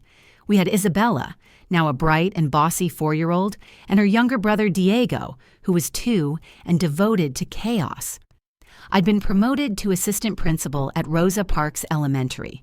Marcus had started his own financial consulting firm with a focus on helping first-generation wealth builders, immigrants and working-class families trying to build financial security. It was meaningful work that connected him to my world in ways his previous corporate job never had. And Diane had become the grandmother I never imagined she could be. She babysat regularly, took the kids to museums and parks, showed up for every birthday and school event. She'd started a foundation supporting literacy programs in underserved communities, inspired, she said, by my teaching career and her own belated recognition of privilege. But more than that, she'd become someone I genuinely liked, not just tolerated, not just managed, but actually enjoyed spending time with. One Saturday in October, 5 years to the day after the infamous wedding, Diane called and asked if I'd meet her for coffee.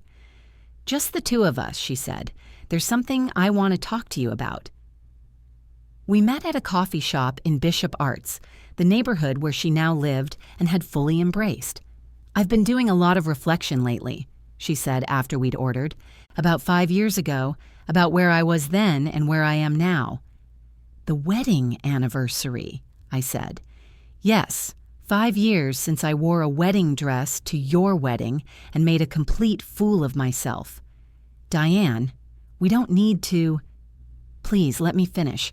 I've been thinking about that woman, the Diane who was so desperate to control her son's life that she'd humiliate herself and hurt you. I barely recognize her now." "That's growth." "It is, but it's more than that. I want to understand what happened, what really changed. Because it wasn't just therapy, or the stroke, or time. It was you." "How so?" "You didn't let me get away with it. Every other time in my life when I behaved badly, people either confronted me in ways I could dismiss as them being oversensitive, or they just quietly distanced themselves. But you called me out publicly, set clear boundaries, and then, this is the part I still can't quite believe, you gave me a chance to change. I gave you consequences and an opportunity. You did the actual work of changing. But I wouldn't have done that work if you'd either let me get away with it or cut me off entirely. You found this middle path where I had to face what I'd done, but wasn't completely rejected. That's extraordinary." I thought about it. "I guess I learned from teaching. When a student acts out, you don't ignore it, but you also don't just punish and abandon them. You hold them accountable and give them the tools and support to do better. You treated me like one of your students. In a way, yes. You were behaving badly because you didn't know how to behave well. Someone had to teach you." Diane laughed. "That's both insulting and completely accurate." I also learned from watching my own family navigate conflict. My parents and abuela didn't always get along. There were huge fights, real cultural clashes about how to live and raise children. But they stayed in relationship with each other. They worked through it because family mattered more than being right. My family wasn't like that. In the Morrison world, if someone didn't meet expectations, you simply excluded them. I was repeating that pattern with you, trying to exclude you because you didn't meet my expectations, until I refused to be excluded, until you refused. And then you did something even more radical. You included me in your family even after what I'd done. You brought me into your traditions, your world, your daughter's life. You gave me belonging when I'd tried to deny it to you. I reached across the table and took her hand. "Diane, you're Isabella and Diego's grandmother. You're Marcus's mother." That was never going to change. I could either make that relationship painful for everyone, or I could try to make it work.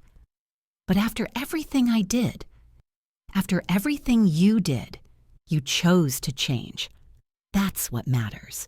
I didn't forgive you because you deserved it.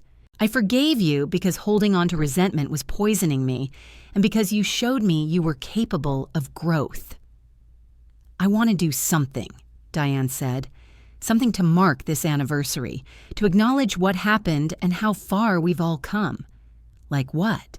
I want to host a vow renewal for you and Marcus. Let me throw you the celebration you should have had 5 years ago, the one I tried to ruin. I was taken aback. Diane, that's a huge gesture. I want to, please. Let me give you the wedding celebration you deserved, with me actually supporting you instead of sabotaging you.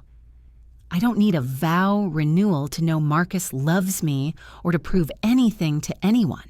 I know, but maybe I need it, to make amends, to show you and Marcus and everyone that I've changed, to celebrate you instead of competing with you. I thought about it.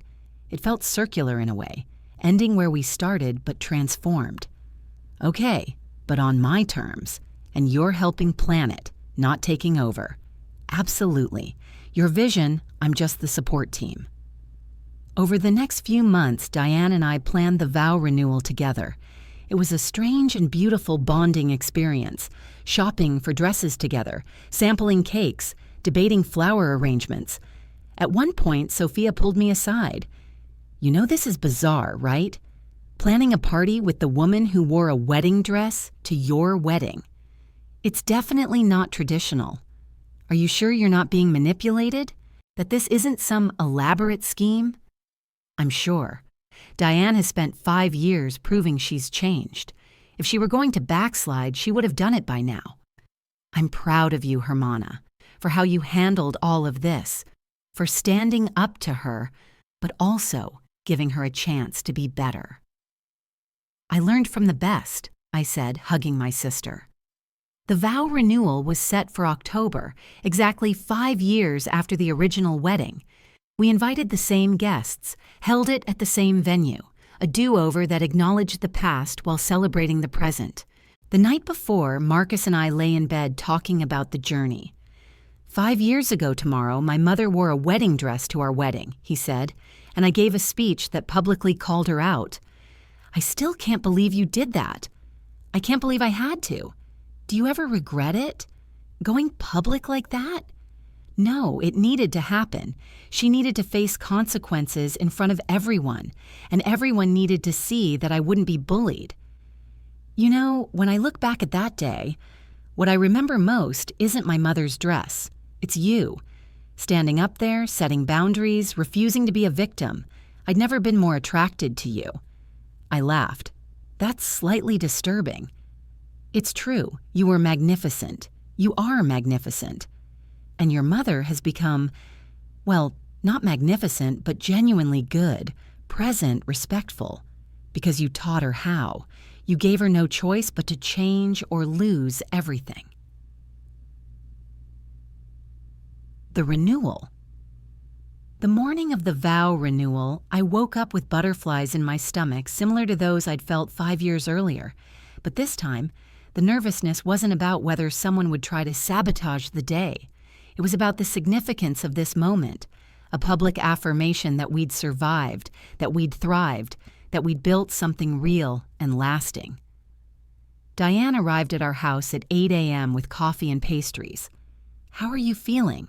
she asked, surprisingly nervous. "Because of me?" There was genuine concern in her voice.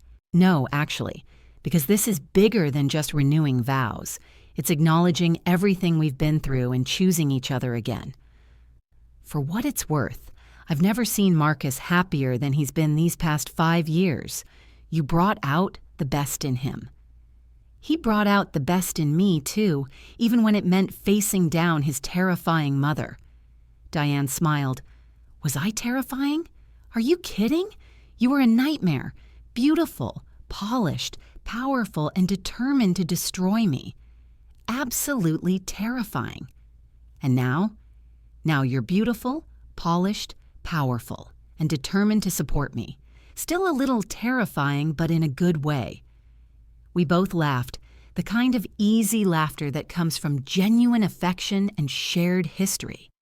The ceremony was scheduled for 4 p.m. Unlike the original wedding, this one was smaller, just family and close friends, about 50 people total. We'd kept the same venue, the same garden setting, but everything else was different. This time, there was no tension in the getting ready room.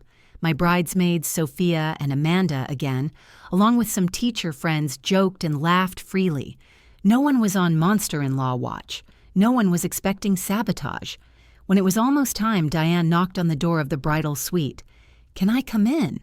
"Of course." She entered, and I heard gasps from my bridesmaids. Diane was wearing a beautiful emerald green dress, elegant, age-appropriate, and decidedly not white. "I wanted you to see what I'm wearing," she said, "to confirm it's appropriate, that I'm not pulling any surprises." I felt emotion clog my throat. This gesture, showing me her dress beforehand, asking for approval, acknowledged everything that had happened 5 years ago. "You look beautiful," I said. "Perfect mother of the groom attire. Not too attention-grabbing? I can change if—" "Diane, stop. It's perfect. You're perfect." She crossed the room and took my hands. "Thank you, Elena, for this day, for the past 5 years, for teaching me how to be better. I know I say it a lot, but I truly don't know how to express my gratitude. You express it by being who you are now. That's enough." The ceremony began. I walked down the same aisle I'd walked 5 years earlier, but this time there were no gasps of shock or whispered drama, just smiles and tears and joy. Marcus stood at the altar with Diego on his hip. Our son had refused to be excluded from the ceremony. He looked at me the way he had 5 years ago, like I was his whole world. When I reached the altar, Isabella, our flower girl, handed me my bouquet and whispered loudly, "You look like a princess, Mommy."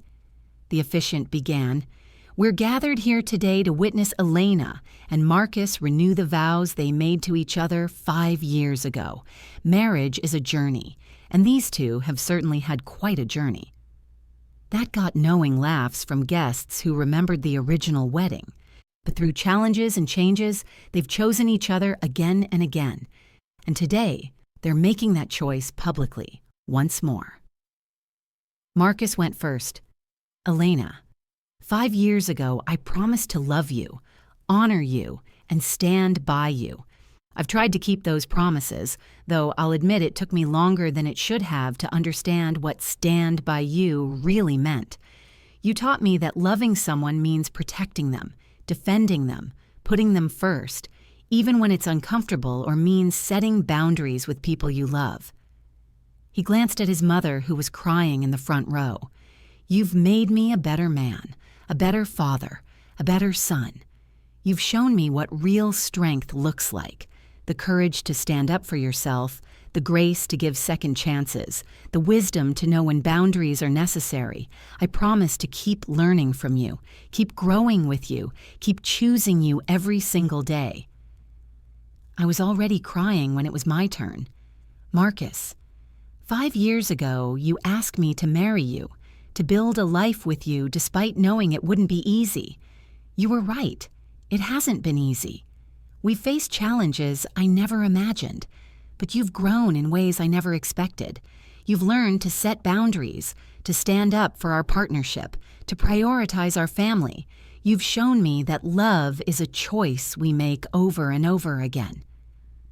I looked at Diane, who was sobbing now, and through it all, we've built something beautiful. A family that spans cultures and backgrounds, a marriage based on mutual respect and support, a life that's messy and real and perfect in its imperfection. I promise to keep choosing you, keep fighting for us, keep building this life we've created together. We exchanged new rings, simple platinum bands engraved with October 2028, still choosing each other. When the officiant pronounced us still married, everyone cheered. Isabella threw flower petals everywhere. Diego tried to eat them. It was perfect. At the reception, Diane gave a speech. Most of you know that I didn't handle Marcus and Elena's engagement and wedding very gracefully, she began to nervous laughter. That's an understatement. I fought against their relationship, tried to break them up, and ultimately wore a wedding dress to their wedding in a desperate and foolish attempt to make the day about me. The room was silent now. everyone riveted. I'm mentioning this not to relitigate the past, but to provide context for what I want to say now. Elena and Marcus, watching you two over the past 5 years has been one of the greatest privileges of my life. Not because your marriage has been perfect, no marriage is, but because you've shown me what real partnership looks like. She turned to face us directly. Elena, you could have written me off completely after what I did. No one would have blamed you. Instead, you set clear boundaries, held me accountable, and then gave me the opportunity to change. You taught me that transformation is possible at any age, that it's never too late to become better. And Marcus, watching you grow into a man who knows how to balance loving his family with protecting his wife, that's all because of Elena's influence. She didn't drive a wedge between us. She simply refused to let me drive one between you and her. Diane's voice broke. I'm so proud of you both, of the family you've built, the life you've created, the grace you've shown to me. Thank you for letting me be part of it. The room erupted in applause. Multiple people were crying. Richard, Diane's ex-husband, was smiling at her with something like pride. After dinner and dancing, as the evening was winding down, I found Diane on the terrace overlooking the gardens. That was quite a speech, I said. I meant every word. I know you did. We stood in comfortable silence, watching our families mingle inside. My parents laughing with Marcus's dad, Sophia playing with Isabella and Diego, Marcus talking with my brother Ricardo. It's funny, Diane said. 5 years ago, I was convinced you were going to ruin Marcus's life, that you were taking him away from his family, his world, everything that mattered. And now I see that you brought him home, to himself, to what really matters, to a life with meaning instead of just appearances. You didn't take him away from family, you expanded what family means. That's beautiful. It's true. And I'm so grateful I didn't succeed in driving you away. I would have lost everything. But you didn't. We're all here. We're all family. Diane turned to me with tears in her eyes. How did you do it, Elena? How did you have the strength to stand up to me, the grace to forgive me, and the wisdom to know when to give second chances? I thought about her question, about the girl who'd shown up to Sunday brunch at the Morrison estate 2.5 years before the wedding, nervous and eager to please, about the bride who'd given that speech at her reception, drawing a line in the sand, about the woman I'd become through all of it. I learned from my family that love isn't just a feeling, it's action. Retry H continue. I learned from my family that love isn't just a feeling, it's action. My parents worked multiple jobs to give us opportunities. My abuela left everything she knew in Mexico to build a better life. They taught me that real strength isn't about never getting hurt. It's about deciding what you'll tolerate and what you won't. I wish I'd learned that earlier in life. You're learning it now. That's what matters. Diane smiled through her tears. You know what the most remarkable thing is? I actually like who I've become. For the first time in my life, I'm not performing. I'm not trying to be the perfect Morrison matriarch or maintain some image. I'm just me, flawed, learning, trying. That's the version of you we love. We, all of us. Marcus, the kids, me. We love the real Diane, the one who shows up in jeans to babysit, who volunteers at the literacy center, who admits when she's wrong. That Diane is wonderful. Thank you, she whispered, for seeing that possibility in me when I couldn't see it myself. Marcus found us on the terrace a few minutes later. There you are, people are starting to leave. They want to say goodbye. We headed back inside together, the three of us who'd been locked in battle 5 years ago, now walking side by side in genuine affection. As we said goodbye to guests, I noticed something beautiful. People from both sides of our family, my working-class Mexican-American relatives and Marcus's wealthy, waspy connections, We're exchanging phone numbers, making plans to get together, building genuine friendships. This was what I'd wanted all along. Not for everyone to be the same, but for differences to be celebrated rather than used as weapons, for people to see past surface-level categories to the humans underneath. My mother hugged Diane on her way out. "Thank you for tonight," my mother said in her accented English, "for celebrating my daughter the right way. I should have done it 5 years ago. I'm sorry I didn't." The past is past. What matters is now. My mother patted Diane's cheek affectionately. "You're family now. Real family." Watching them, I felt something loosen in my chest. The final piece of tension I'd been carrying since that first disastrous Sunday brunch. We'd made it. All of us. Through the conflict and the pain and the hard work of change. We'd made it to the other side. Full circle 3 years after the vow renewal, I was in my office at Rosa Parks Elementary when I got a call from Diane. "Elena, I need your help with something." "What's wrong?" "Nothing's wrong. It's Claire. She just got engaged." Marcus's sister Claire had been dating a man named James for 2 years, a kind, funny accountant from a working-class Filipino family. I liked him immediately. Diane had been genuinely welcoming to him, having learned her lesson. That's wonderful. Congratulations to them. "Thank you. But here's the thing. Claire wants me to help plan the wedding, and I'm terrified I'm going to revert to my old ways, that I'll try to control everything, push my vision, make it about me." "So you're calling me for what?" "Advice? Maybe accountability. I don't want to be that mother again. But I also don't know how to help plan a wedding without falling into old patterns." I smiled. "Diane, the fact that you're aware of this and asking for help means you've already changed. The old Diane wouldn't have recognized the problem." "But what if I mess this up? What if I ruin Claire's wedding like I tried to ruin yours?" "You won't. Want to know how I know? Because you care about not ruining it. Because you're willing to ask for help. Because you've spent 8 years working on yourself. Will you help me? Be my, I don't know, wedding planning sponsor? Someone I can check in with when I'm not sure if I'm crossing a line?" "Of course. On one condition." "What?" "You have an honest conversation with Claire first. Tell her your fears. Ask her to tell you if you're overstepping. Make her part of keeping you accountable." There was a long pause. "That's terrifying." "I know, but it's also necessary. You and Claire need to build the relationship you should have had all along. This is a chance to do that." Diane did talk to Claire, and it went better than she'd hoped. Claire admitted she'd been nervous about involving their mother in wedding planning, worried about conflict and control. But she also wanted her mother's involvement. She just needed clear boundaries.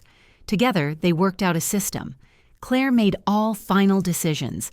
Diane offered suggestions but didn't push. They had regular check-ins where Claire could raise concerns without fear of conflict. And they invited me to several planning sessions, partly for my input, partly as Diane's accountability partner. It was fascinating watching Diane navigate situations that would have triggered her control issues years earlier. When Claire chose a venue Diane thought was too casual, Diane took a breath and said, "Tell me why you love it." When James's mother suggested incorporating Filipino traditions that Diane wasn't familiar with, Diane said, "Please teach me about them. I'd love to learn." When Claire chose a maid of honor who Diane didn't particularly like, Diane said nothing negative, just, "She must be very special to you." One evening after a planning session, Diane and I went for coffee. "This is so much harder than I expected," she said. "What is?" "Watching Claire make choices I wouldn't make and not saying anything, biting my tongue when I have opinions, trusting that she knows what's best for her own wedding." "But you're doing it. That's what matters." "I keep thinking about your wedding, about how I couldn't stand that you were making choices I didn't approve of, how threatened I felt by Marcus building a life that didn't revolve around me. And now? Now I see how pathetic that was. Claire's wedding isn't about me. My role is to support her vision, not impose mine. How did I not understand that before? Because you'd spent your whole life in environments where control equaled love, where managing everything was how you showed care. My mother was like that. She controlled every aspect of our lives. I rebelled against it as a teenager, but then I became her as an adult. You broke the cycle, though. You're not repeating those patterns with Claire. Only because you showed me there was another way. You set boundaries with me, but didn't cut me off. You held me accountable, but gave me chances to change. You modeled what healthy relationships actually look like. Diane, you give me too much credit. You did the hard work of changing, but I wouldn't have without you pushing me to. You're the catalyst for everything good in my life now. My relationship with Marcus, my connection to my grandchildren, my actual friendship with Claire instead of just control. You made all of that possible. Claire's wedding took place on a beautiful May afternoon. Unlike my wedding 8 years earlier, there was no drama, no tension, no sabotage attempts. Diane wore an appropriate mother-of-the-groom dress in a lovely champagne color. She helped where asked, stepped back when not needed, and genuinely celebrated Claire and James. During the reception, Claire gave a toast that included thanking Diane. "Mom, I know we've had our struggles. I know it hasn't always been easy for you to let go and let me make my own choices. But today, you showed up exactly the way I needed you to, with love and support and respect for my decisions. Thank you for growing and changing and becoming the mother I always needed." Diane was crying. So was I. So was half the reception hall. After the toast, Diane found me at our table. "I did it," she said. "I made it through my daughter's wedding without wearing a wedding dress or causing drama." We both started laughing, the kind of cathartic laughter that comes from shared absurdity and hard-won growth. "The bar was literally on the floor and you cleared it," I teased. "Hey, for me, that's significant progress." "It is. I'm proud of you." "I'm proud of me too, and grateful to you for everything." Marcus joined us, putting an arm around each of us, his mother and his wife, united instead of at war. "Remember when I thought having you two in the same room required a referee and a safety plan?" he said. "Now we have coffee dates," I said. "And inside jokes," Diane added. "And genuine affection," I finished. "How did we get here?" Marcus wondered. "Elena refused to give up," Diane said, "and refused to let me get away with bad behavior. She demanded better, and then gave me the space to become better." "You chose to become better," I corrected. "I just held up a mirror." So that night, after we'd put Isabella and Diego to bed, Marcus and I sat on our back porch with glasses of wine. "You know what's wild?" he said. "If you'd asked me 8 years ago if my mother was capable of change, I would have said no. Absolutely not. She was set in her ways, impossible to reach. And now? Now she's one of my favorite people. Not because she's perfect, she's not. She still has moments where old patterns emerge, but she catches herself now. She apologizes, she tries. That's all any of us can do. Do you ever think about what would have happened if you'd walked away? If you decided I wasn't worth the battle with my mother? Sometimes I think about that girl who showed up to Sunday brunch, so nervous and eager to please, how close she came to giving up. What made you stay? You. I saw who you could be if you learned to stand up to her, and I saw that she was reachable, even if she didn't seem like it. Under all that armor and control, there was a scared woman who didn't know how to love without controlling. You saw that before I did. I had to. Self-preservation. If I was going to survive in your family, I needed to understand the enemy. And then you transformed the enemy into an ally. We transformed each other. She taught me how to stand up for myself. I taught her how to let go. Marcus pulled me close. Thank you for fighting for us, for not letting my mother destroy what we had, for giving her the chance to change. Thank you for finally standing with me, for choosing us. We sat in comfortable silence, watching fireflies in our backyard, listening to the distant sounds of our sleeping children. Do you think we should tell Isabella and Diego the full story someday? Marcus asked. About the wedding dress, the confrontation, all of it? Maybe when they're older, as a cautionary tale about boundaries and family dynamics. Or as an inspirational story about redemption and change. Both. It's both. You know what's really beautiful? Marcus said. In trying to destroy our wedding, my mother gave us our greatest story. She gave us proof that people can change, that boundaries work, that love without respect isn't really love. And she gave us her transformation. That's a gift in its way. Only you would call my mother wearing a wedding dress to your wedding a gift. Not the act itself, the growth that came from it. She had to hit rock bottom to finally change.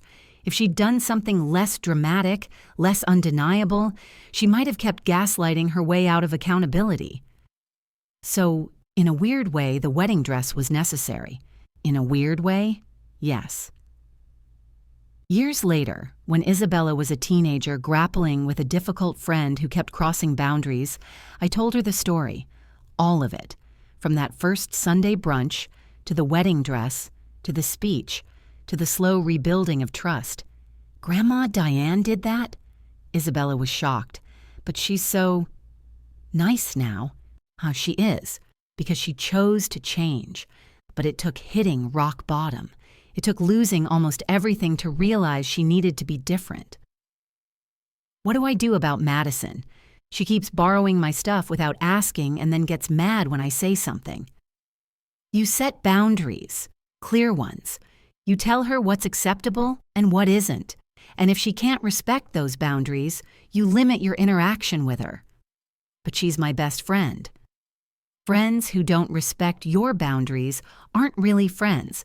They're people you're allowing to use you. Is that what Grandma Diane was doing?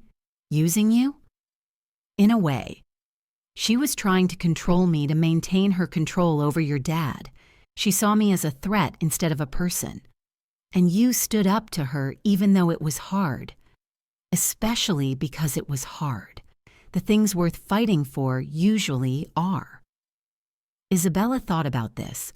Did you ever regret calling her out at your wedding, making it public like that? Never. It was the most empowering moment of my life. For years, I'd been quiet, trying to win her approval, accepting disrespect to keep the peace. That speech was me finally saying, enough. It was me claiming my dignity. You're pretty badass, Mom. I learned from necessity. Your Grandma Diane was a worthy adversary. And now you're friends.